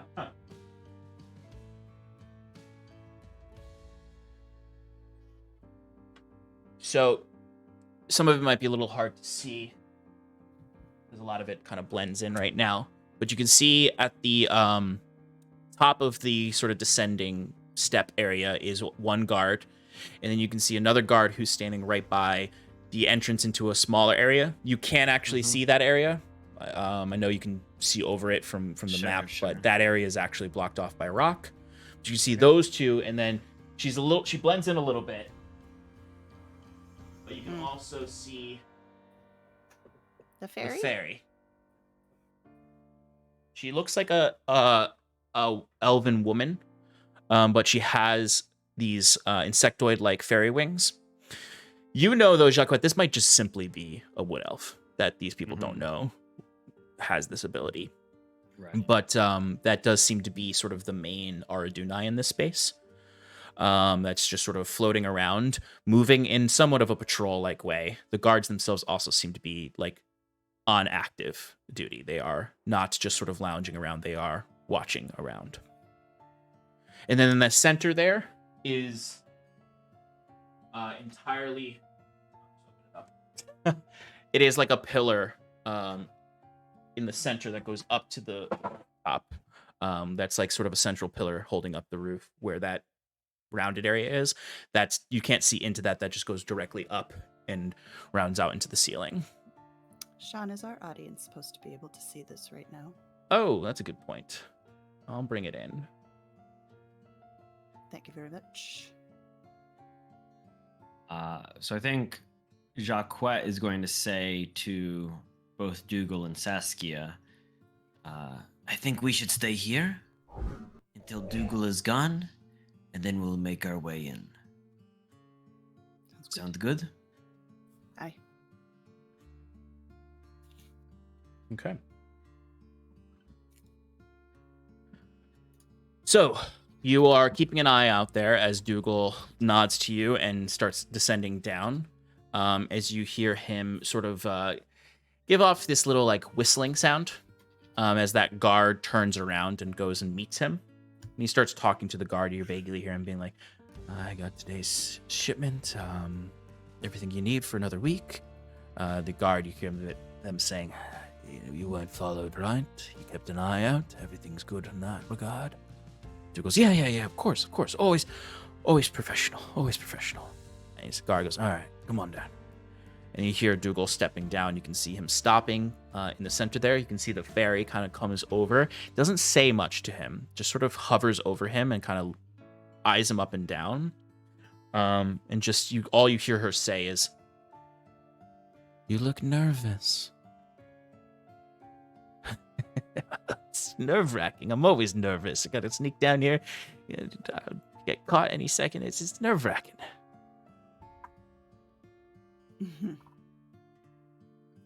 As he fails his deception roll. She just looks at him and seems to, you hear the fluttering of the wings as she just sort of floats away back towards the area you can't see. As the other guard, the guard who met him, shouts out, Boars! Delivery's here! As we'll kind of come to a moment where everyone is caught up time-wise. As the two of you watch this, you would see stepping into this space, though, to join the ferry are three individuals. You can see Altair, who has the matted hair and the large tangled beard with the shaved mustache, poncho of sewn together leathers, no shirt, canvas pants, no shoes, leaning on a staff. As you would then also see the knight in the rusted old plate armor with the gauntlet with the red gem on it that glows, and a jagged longsword. Young looking, as I mentioned before, and you would see the dragonborn in her heavy leather robes and hood and tattered cloak. Arms covered in singe marks and burns as if from lightning or fire. As those three seem to show up, and they kind of eye Dougal. Dougal's not who they have business with. Dougal brings these deliveries, and the cutters deal with him. They walk immediately past him, but you can easily pinpoint them as the Aradunai versus the cutters, as they go into that area. Altair at least goes into the area that the ferry went into. The other two seem to stand in the outside of it, just sort of watching nervously, very nervous. But also, you can sense they don't know what they're really watching for. Mm. They are not people who know how to guard. They're people who know what guarding looks like. Cosplaying as guards. Yeah. But Dougal's exchange looks to be going well. They don't seem to be suspecting him. They taunt him a little bit, as they do. But you see this Boars fellow shows up, and he is taller than the others. He's got better leather armor. He's got leather pauldrons. He has a scimitar at his waist, daggers as well in his set up in his armor. That white eye on his left side of his face, bald all across his head, scratch marks from shaving underground with a dagger.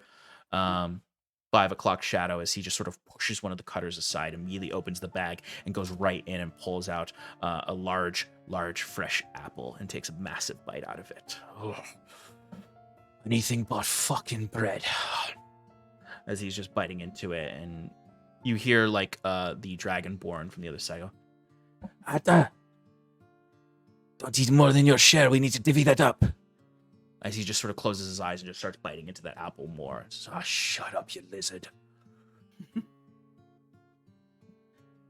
So that's it, right? You got what you need. You can just take from the bag, and I'll get the fuck out of here. Right? Like I usually do, right? And they all kind of look at him and still go, you seem nervous. You're getting paid well. As they toss, as Boars tosses a bag of silver to him. Yeah, of course.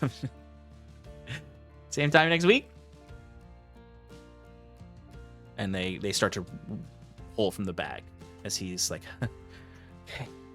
And the fairy is the only one who kind of is watching him now as she comes back out from that area and settles down and just sort of picks up a slight, small piece of fruit and wanders away. And then he kind of like rapidly dumps the last of it out of his bag and puts it all together and puts it in his bag. All right. Same order next week. Gotcha. No problem. I'll be back. As he's like sort of backing away and trips over the stones a little and falls back. You hear the cutters all kind of laugh at him. Say, you'd think you'd be more at home here in the mines. Yeah. That much of a break that you forget how to walk around here. As he scampers up. They don't seem to stop him or anything like that. As he sort of trips up into the room where you all are and kind of just quickly looks up at Jaquet as he's like sort of trips onto the ground. And just nods to you. Nods. Jaquet just has his finger over his lips and then gestures to the door. He scampers out. Seemingly no one suspecting that he brought you along with. So, looking back out, this guard that's at the foot of the stairs, he's still there? He is returning to his post with, a piece of food that he grabbed from the bag. The rest of them are kind of dragging the bag out. I'd say if we're looking at the battle map, the majority of them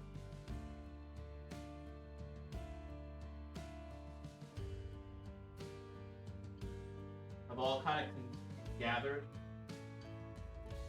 gathered over on the side there. A little bit of ways from that guard now. Turning to Saskia, Jaquet goes, okay, can you roll with me here? Yeah. I got your back. I'm going to bring him up here, gesturing to the guard. Yep. We're going to take him out, Okay. not kill him, Yep. and then I'll disguise myself as him. You stay invisible with Salvatore, Okay. and we're good, yeah? Yeah. And he's going to hold his fist out like a fist bump. And I will fist bump back. Oh, that's weird when I can't see it. I don't like that. I don't like that.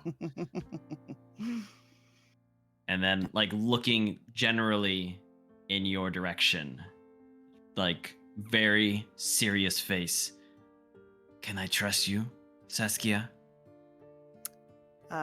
You'll feel a hand on your shoulder. Oh. Yeah, you can trust me. I promise. And then he's gonna pop the collar again. I assume it's just always popped. And he's gonna try to like blend in as tight as he can into a crevice, kind of like opposite, not opposite. So like if you're walking up the stairs, it kind of looks like it opens up to the right a little bit.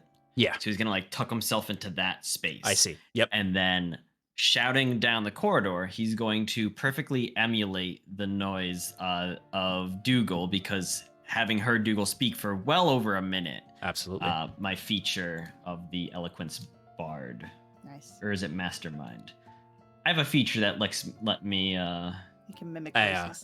was actually looking at it correct. earlier today. Master of Intrigue. Nice. You can unerringly mimic the speech patterns and accent of a Perfect. creature that you can hear speak for at least 1 minute. So he's gonna sneak in there, and then using Dougal's voice, hey, I'm a little nervous. You mind?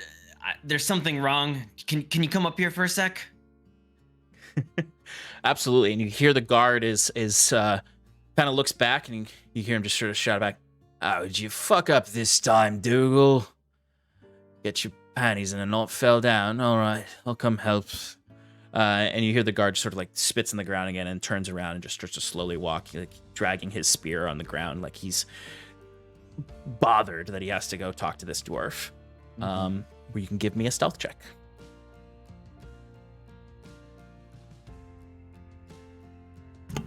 Kill him. Natural 20 for a 30. Yes. Okay.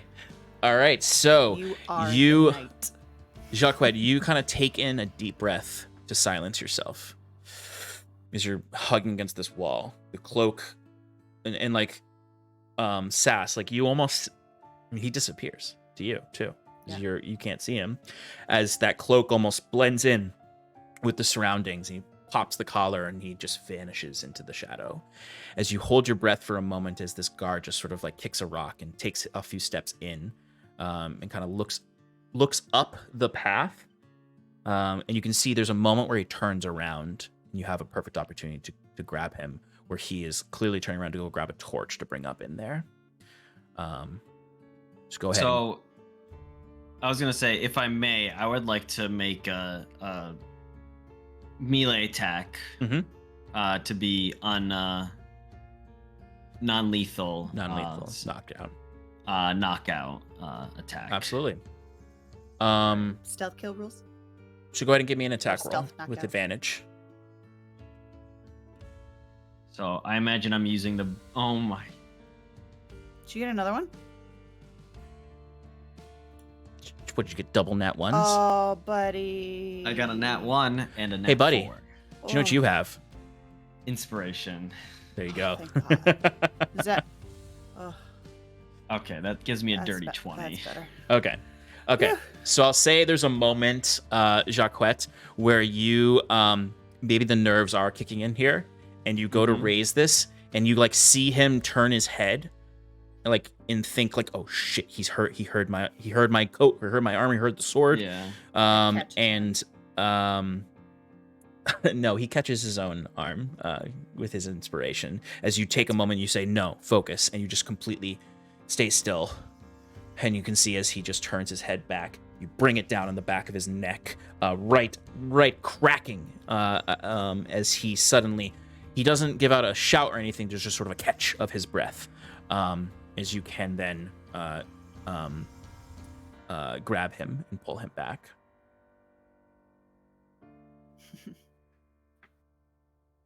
Give me another stealth check just to pull him quietly into this area. I'm gonna do this without advantage since that's sound based and the cloak only is on sight. Yep. So that's a 21. Perfect. You're able to pull him in, and Sass, you even maybe grab on to the legs to make sure the boots don't scrape across the ground. You're able to slowly, gently lower him to the ground. Nicely done. Jaquet just kind of like, and he seems a little like almost out of breath, just like very like overwhelmed or excited in this, as he's just like, yes, and then he's gonna cast Disguise Self on himself to appear as this guard, Perfect. this cutter, excuse me. And as you do this, you kind of take a deep breath. I imagine you grab his weapon and step out there to appear as this cutter. As you would even like step out into the light of the room through the doorway and hear one of the other guards be like, "Hey, Alan, where'd you go?" Dougal, just fucking everything up. It's all good. And you see that guard kind of looking as the others are kind of rifling through the bag. The cutter kind of looks at you, and there's like a slight twinkle where they might like cock their head, and they just sort of like, that fucking idiot. Come over here, grab some food. So as he starts walking over, he's going to look back to Sass and presumably Sal and kind of gesture for them to start making their way in as he's going to wander over to get some food. And as you do so, you can peer over to the left as you walk over, where you can see Altair is talking right now to this very sweet old woman, probably 5 feet tall. She has braids in her old gray and white hair held back in a nest in the back. She has this shawl over her shoulders that has embroidered stars woven into it. As her clothes do look quite dirty. She doesn't look injured at all. Like they haven't been, abusing her or treating her poorly. She might look a little thin, like they all do. But you can presume this is Diana Nettle. And even in this dire circumstance, she has somewhat of a sweet half smile at her face as she's listening to Altair talking. As he's just saying to her, "We have some guests. They wish to see the artifact. Now, I don't want you to give them too much information. It's okay if they figure it out on their own. But we don't know if we can trust them yet." And she's sort of just nodding at him. As Altair kind of like looks back, and for a moment, like, Jaquet, you might even like make eye contact for a moment as the cutter, as Altair just sort of nods as he continues speaking to Dai, as Sass and Sal can begin making their way in as well. And as the two of you descend the steps, Altair kind of quickly rushes away from Dai, and the other two, the Dragonborn and the Knight, follow him as they're heading back to go get Septimus, Bruce, and Fyrn. And I think that's where we'll end tonight, as your pawns are placed, so to speak. We'll place them more perfectly next session for the invisible folks. I remember, I knew what I was going to say now. I'm going to have to put it on lock.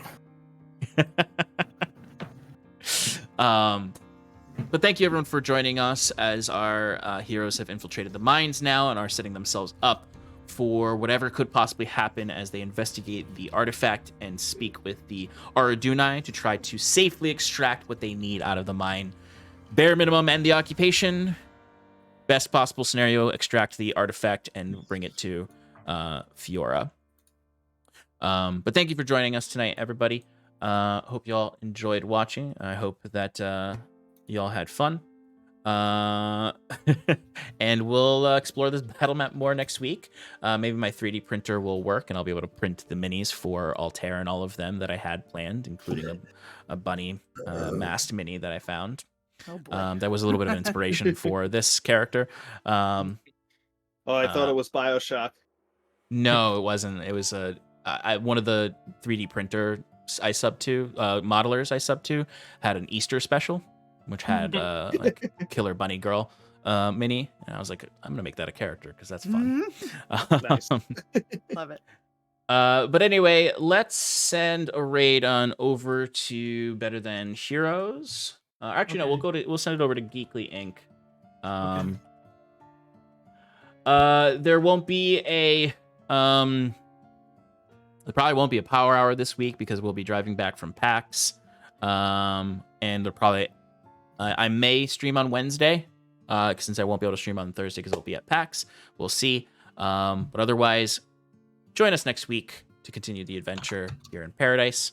Have a lovely evening. Thank you for joining us. Good night. Thank you. Bye. Bye.